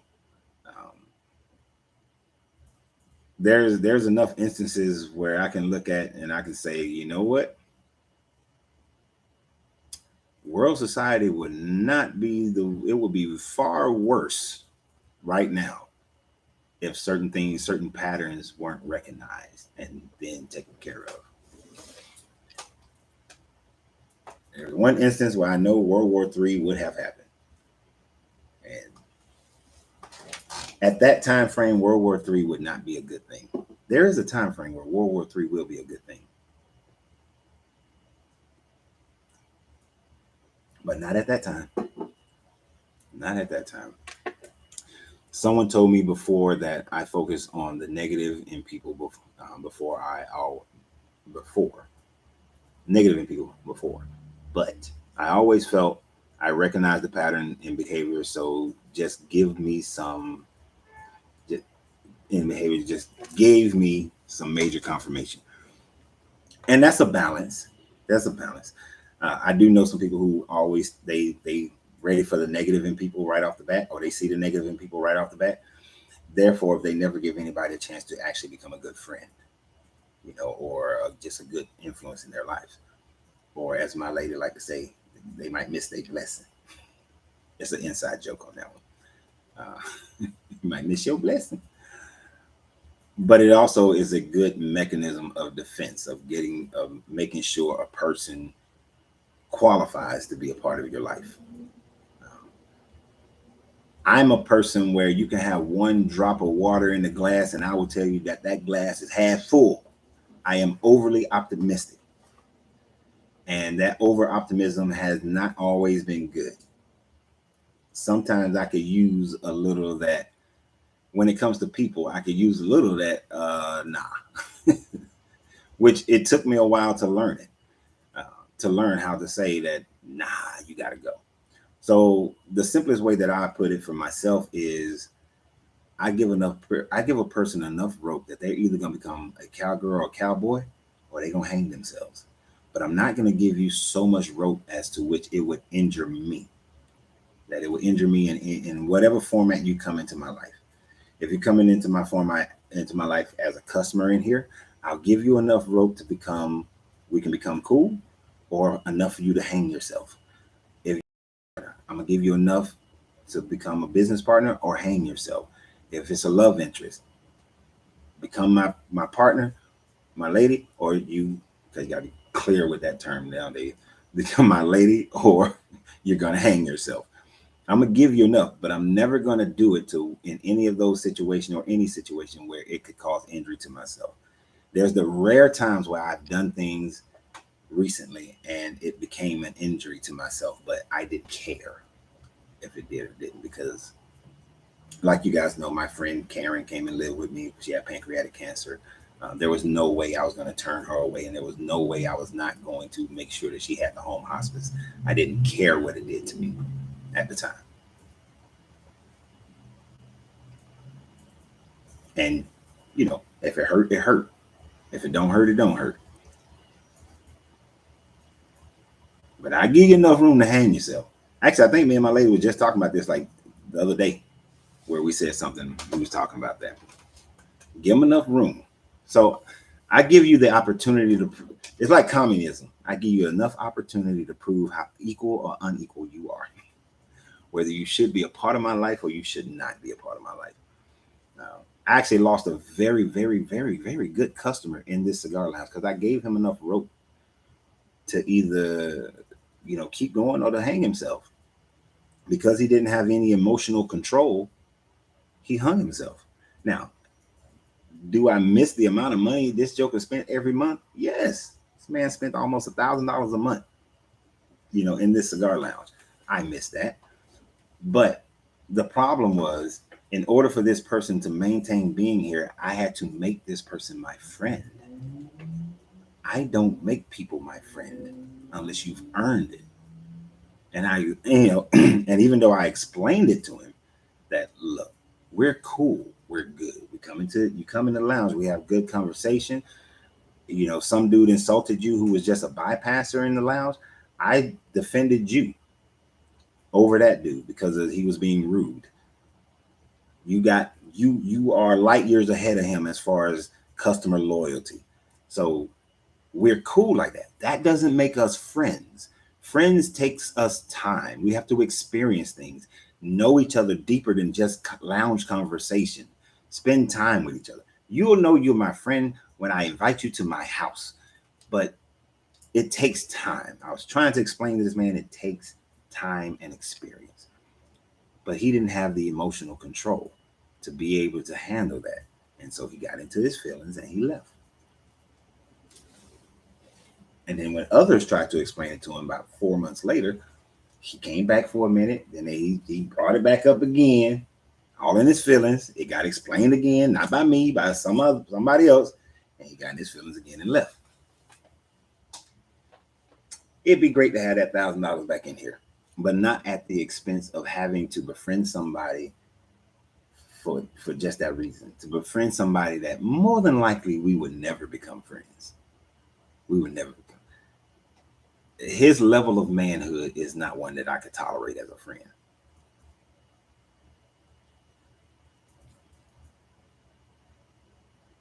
Yep, everybody has a McDonald's microwave mindset. And they think long-term relationships get developed overnight. They do. They absolutely do. Absolutely do. They think they're supposed to. I've met people who think that, oh, you're doing this for that person, but I'm supposed to be your lady, so why you ain't doing that for me? Well, I've only known you 6 months. I've known this. Me and this joker, I've been through some stuff for 7 years, 8 years. You ain't there yet. Just because you my lady don't mean you there yet. Yeah.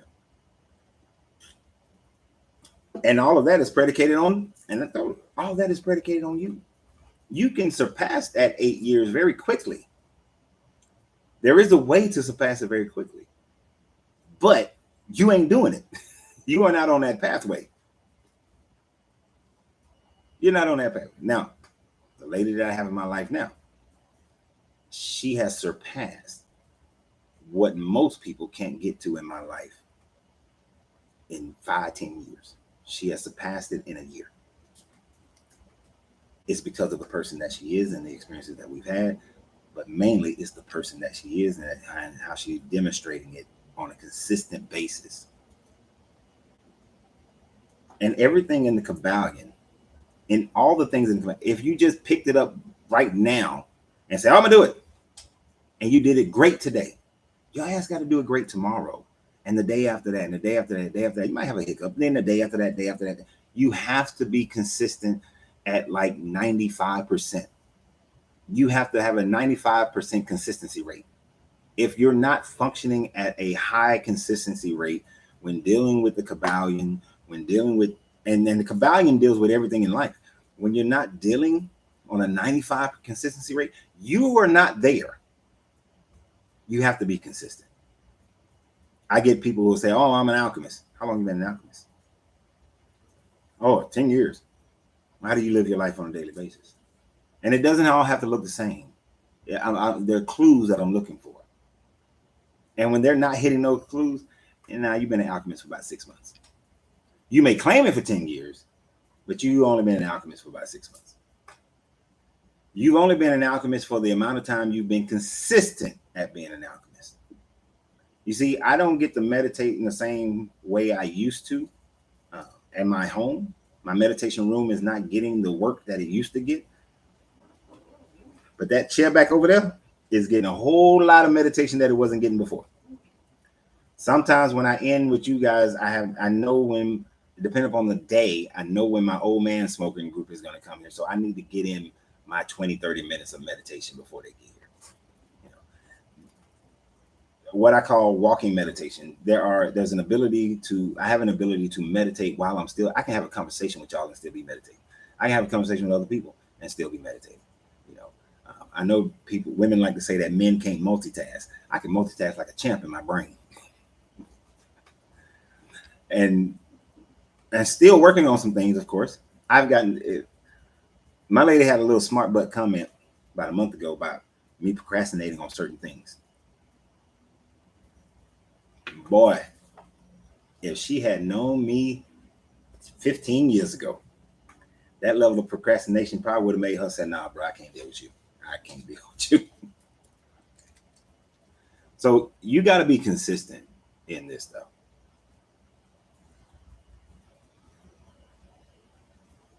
It's a beautiful thing to attain with such a gift, which is woman, not any woman, but the one of true strength. You're absolutely right. True strength sums up by her will and willingness to accept and embrace true order. Ain't nothing like it. A great, you can, every man has a level they can get to on their own. Every man. I mean this like man. Every male, can get to a level like right here on their own. It's the same thing work with women as well. But everybody can, so let me rephrase it. Everybody can get to a certain level on their own. But the right partner can elevate you. The wrong partner will diminish the shit out of you. You got to be very mindful who you allow in your life. What is an alchemist? I'm not familiar and only have heard about the Philosopher's Stone in passing.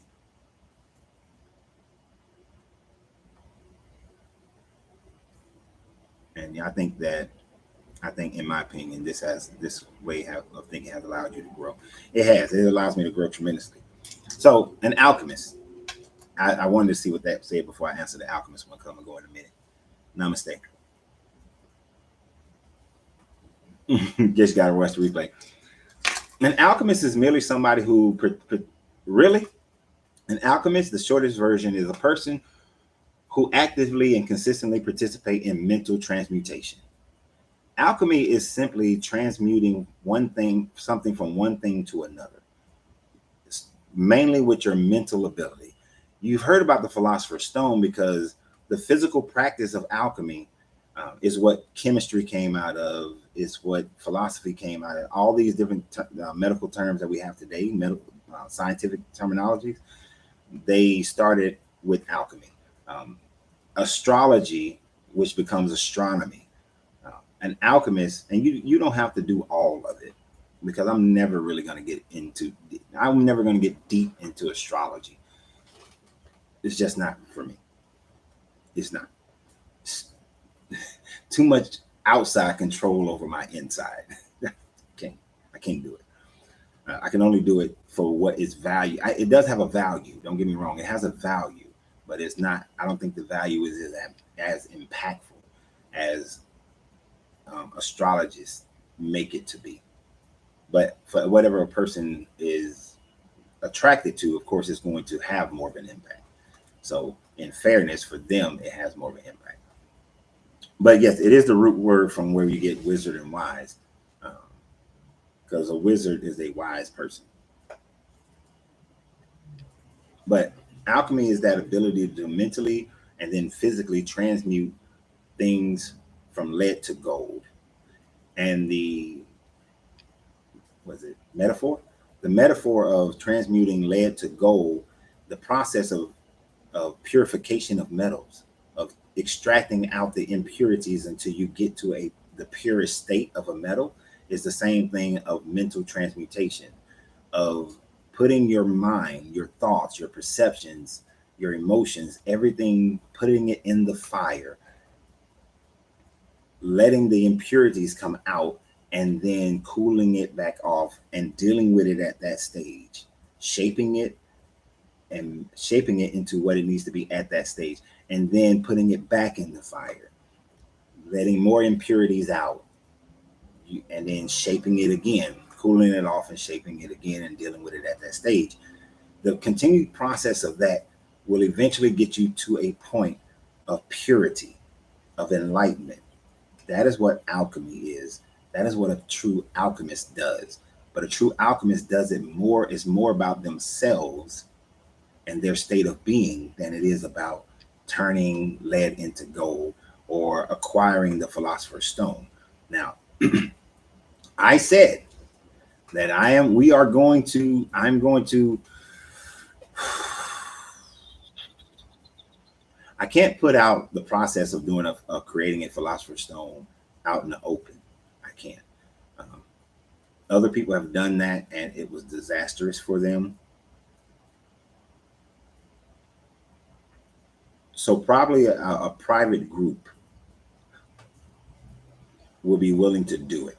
Who's willing to do it, go through the process. There is the most, so the philosopher's stone is supposedly the ability to create a stone, and it's not the process of boiling and that heat and cooling, getting rid of impurities, creating a stone out of a particular material, but creating a stone out of this particular material that this stone supposedly, if it touches lead, it can turn the lead into gold. But the most important part to me than turning lead into gold is that when the stone gets to a certain point and then you ingest it, it revitalizes your life.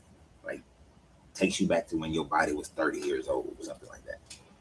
That's the concept of the philosopher's stone. This is what many alchemists have endeavored to accomplish.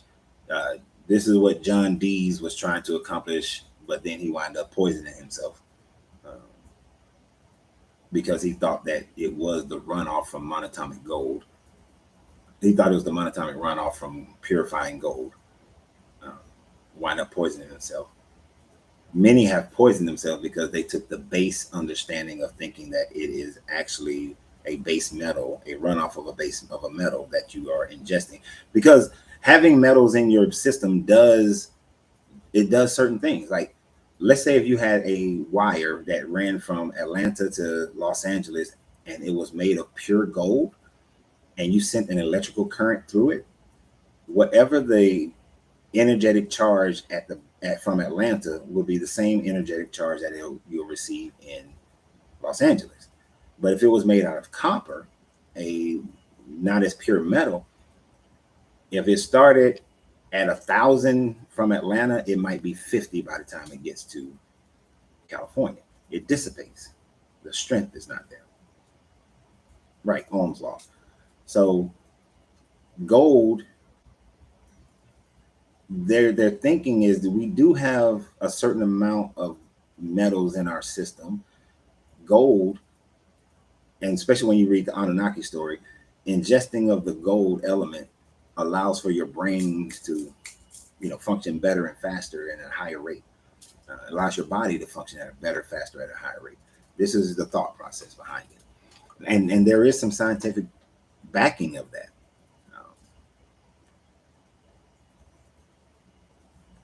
But it's a dangerous thing to play with.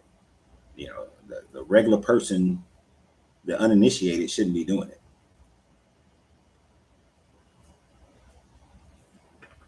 And actually, monatomic gold is what they sprayed in our atmosphere in order to help close the ozone layers. Sounds like self-control is the greatest form of control. It is. Self-control is the greatest form of control. And then self-control outside of the more higher you can control yourself and you're not swayed by other causations, it's I use economics a lot because it's easy to count and it's easy for people to understand. I'm not suggesting that everybody goes out here and your goal should be to become wealthy. But the person who can look at the economy and make money no matter what the economy is doing, you're outside of the will of people who may be the great industrialists and all those people.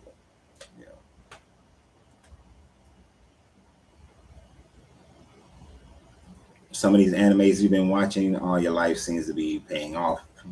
That's how you heard of alchemy. Actually, I used anime to teach my children alchemy when they was little. To explain chakras, to talk about alchemy. The anime shows do a great job of that and I recognized that when they were real little because I was explaining chakras to them. When I was teaching them how to meditate, and I was explaining chakras to them, and then they showed me some Airbender episode where the little boy with the line in his head was learning how to unblock his chakras. And I was like, oh shit. I said, exactly. And I told my kid, I'm gonna start using that one. I'm gonna use that myself because it's simple. It's a very simple explanation.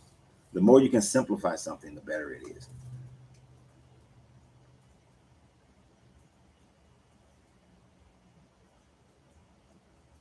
Did the people who poisoned themselves with gold die? A lot of them do die. And sometimes they use gold, they use mercury. Like the the person who the wizard Merlin is based off of, who's I can't think of their name right now, they were using mercury and they poisoned themselves. But mercury, silver, and gold are the primary ones that most people have tried to use. And most of them wind up poisoning themselves.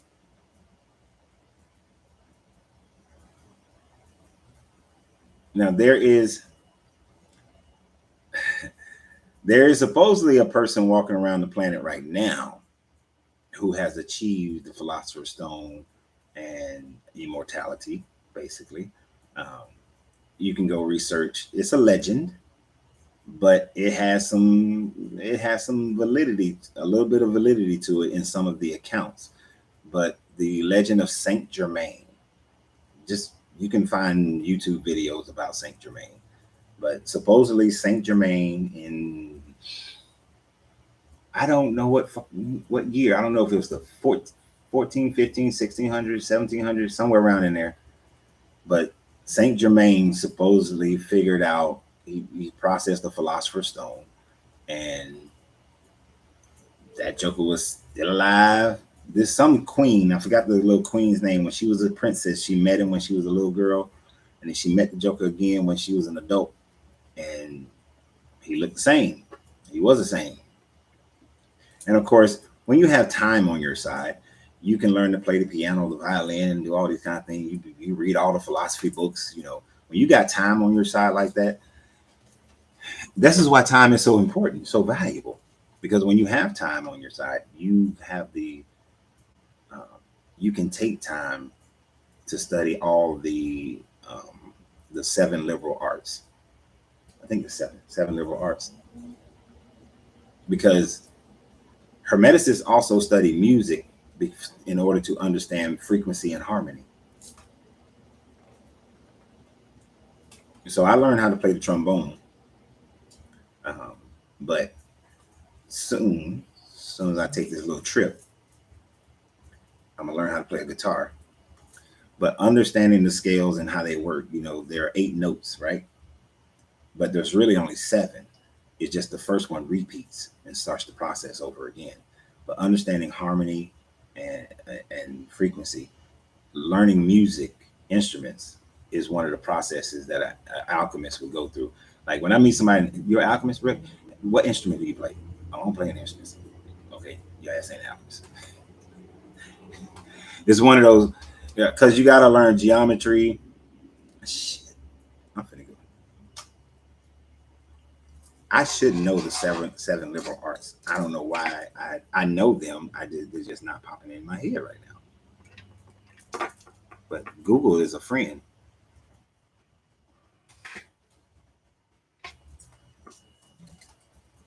Let's see. 7 liberal arts: music, grammar, astronomy, logic, geometry, arithmetic, and rhetoric are the 7 liberal arts. So an alchemist goes through the process of learning all, having some level of understanding of all of those things. Isn't Kundalini the key to enlightenment of the pineal gland, the foundation of the fountain of youth, Christos oil? It's a part of it. Gotta get a little bit deeper. I mean, raising your Kundalini is like opening your chakras. Gaining that emotional and mental control through the process of it brings you to levels of enlightenment. As far as it being a fountain of youth, no. And I don't know what Christos oil is. That might come from some level of Christian mysticism. So what's Christ oil? I thought you was gonna say Pastor John. Actually, Pastor John was supposedly an alchemist. Prester John. I don't know why I always want to call him Pastor John, but Prester John.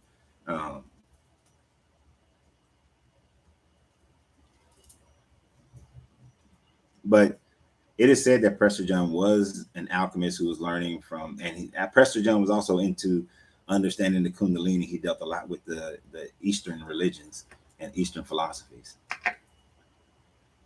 To hit on what you were saying earlier, a true alchemist typically would play an instrument, and you notice that patterns. Therefore, what instrument someone who claims to be an alchemist is your first question. Is one of my questions, yes, but because you have to understand music, you have to understand the scales, but you also have to understand grammar and language, how grammar works, astronomy, because there is an astrological influence on the universe based on where you are. And I say based on where you are because southern and northern hemispheres matters. Your longitude and latitude matters.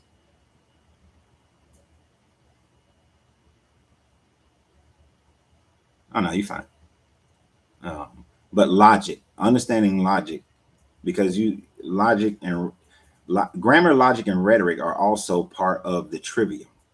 The trivium is grammar also represents knowledge, right? So facts. Logic represents the understanding of those facts. And we can have multiple understandings.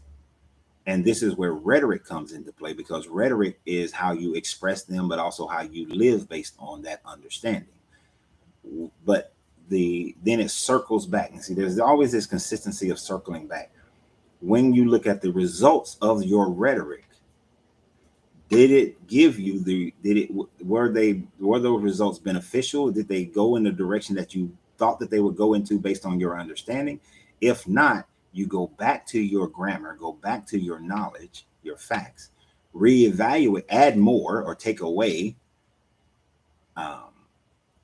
gain a different understanding, different perspective, and then put it into practice again as your rhetoric, which represents wisdom, and then check your results.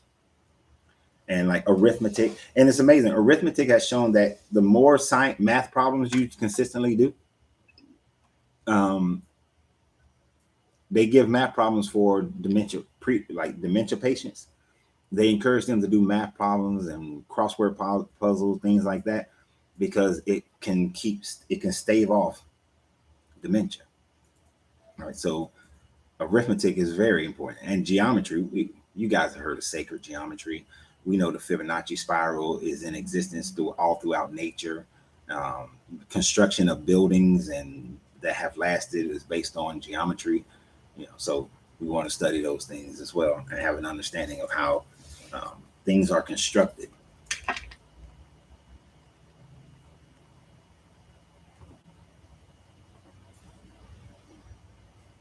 Now, what was I thinking about?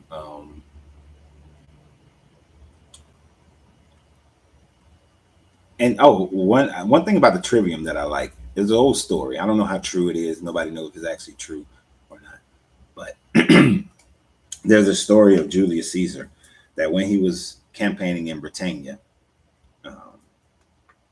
yes, math, keep your mind sharp.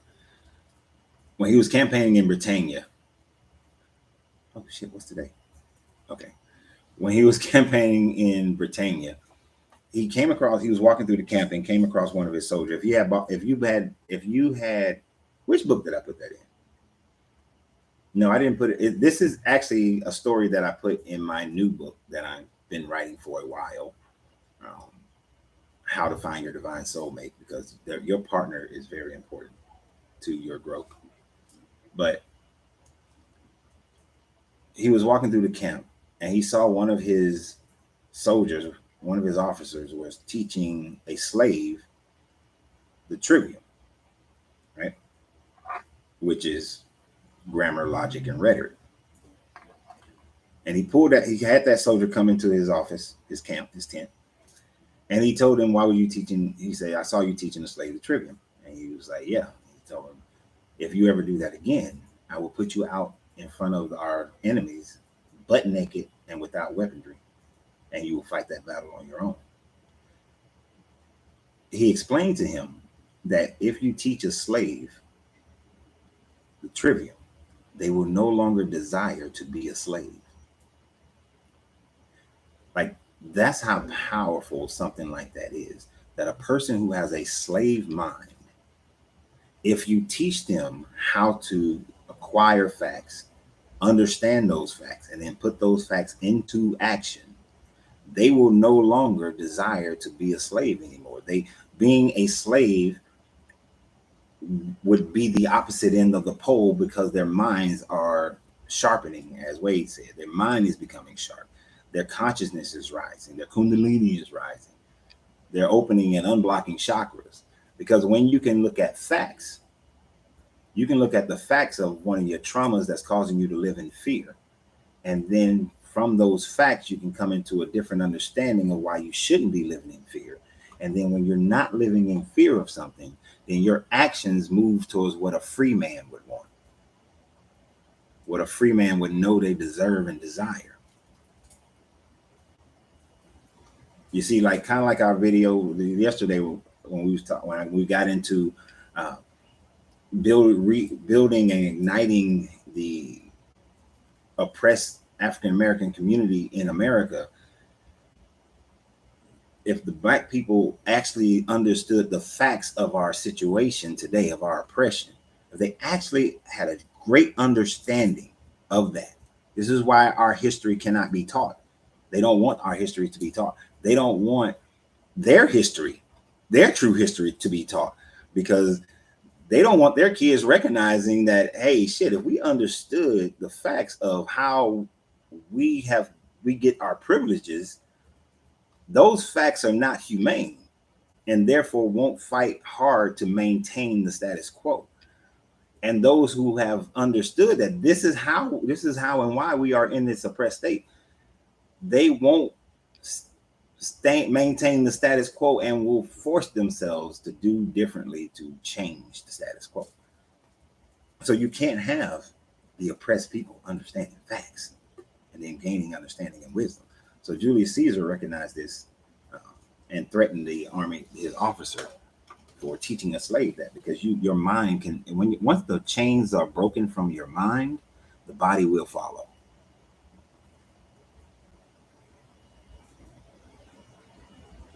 You read something similar about language in the Willie Lynch letter? Yeah. You think about it.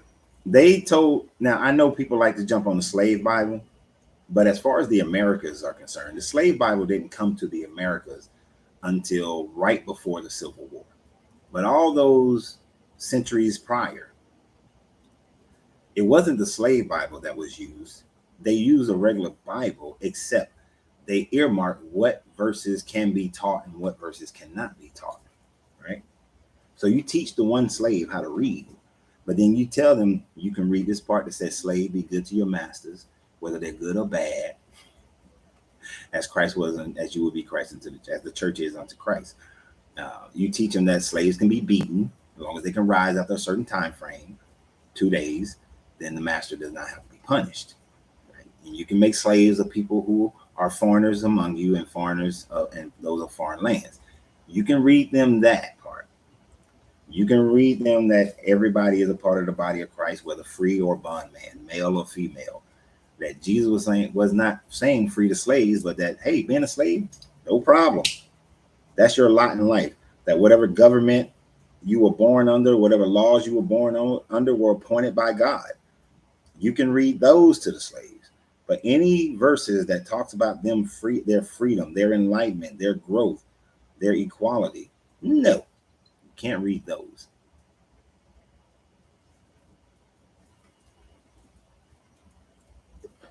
If people just study their religious books without a predetermined landing point, most people will have to walk away from that religion. if people study this American society and how it truly functions, most people would either walk away or desire to change this American society, change this world society. Hell, most governments would not be able to stand if the people truly understood how this government, this world government, is functioning.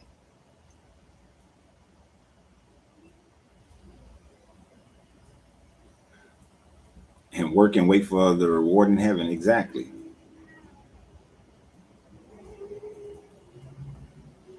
All right, that pie in the sky philosophy, it does not work. But it works if you only teach them that. What did Seeley tell Sophia? They're writing, this life is only temporary. Heaven is in the afterlife or some shit she said like that. What Sophia say? You ought to bash in Mister's head and wait for heaven later, or pray for heaven later, something she said like that. Yeah.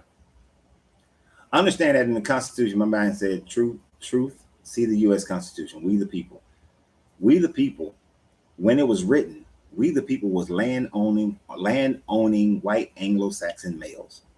Not Irish, not Italians, not Spanish, not women, not black folks, not anybody else. Land-owning white Anglo-Saxon males. That's it. Caucasians who are of Anglo-Saxon descent, who own land. If you could be of Anglo-Saxon descent and didn't own land, you are not we the people. But I will say, as most things don't age well, the pre-emblem has aged well. When you have an understanding that we the people is encompassing of everyone, we the people have the unalienable right to life, liberty, to the pursuit of life, liberty, and happiness. Everybody does have the rights, should have the rights of life, to pursue life, liberty, and happiness.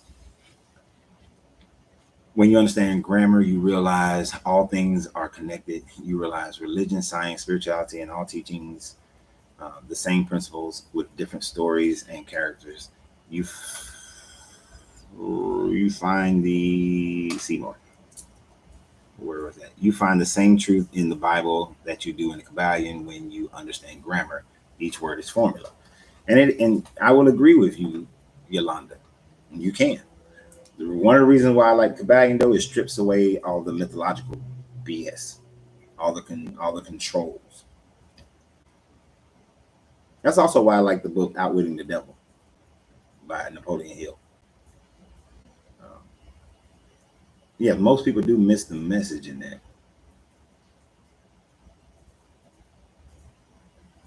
And you're right, it is very unconstitutional for our government to run in the way that it's running right now.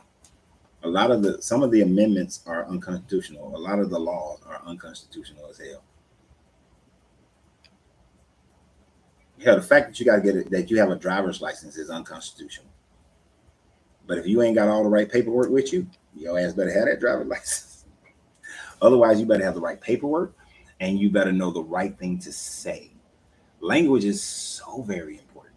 When you go into a courtroom, if language is what wins, that's why I say the argument is what wins. It's the language that wins, right?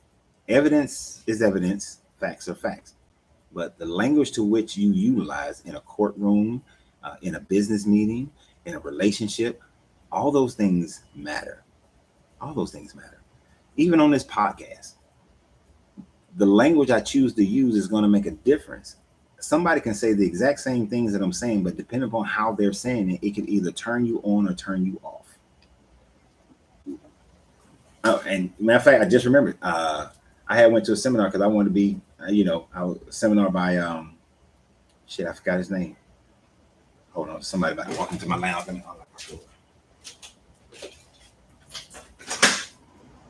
How you doing, man? Good. You good? You open? Yeah, I just got to unlock the door because I wasn't paying attention. I was doing a podcast.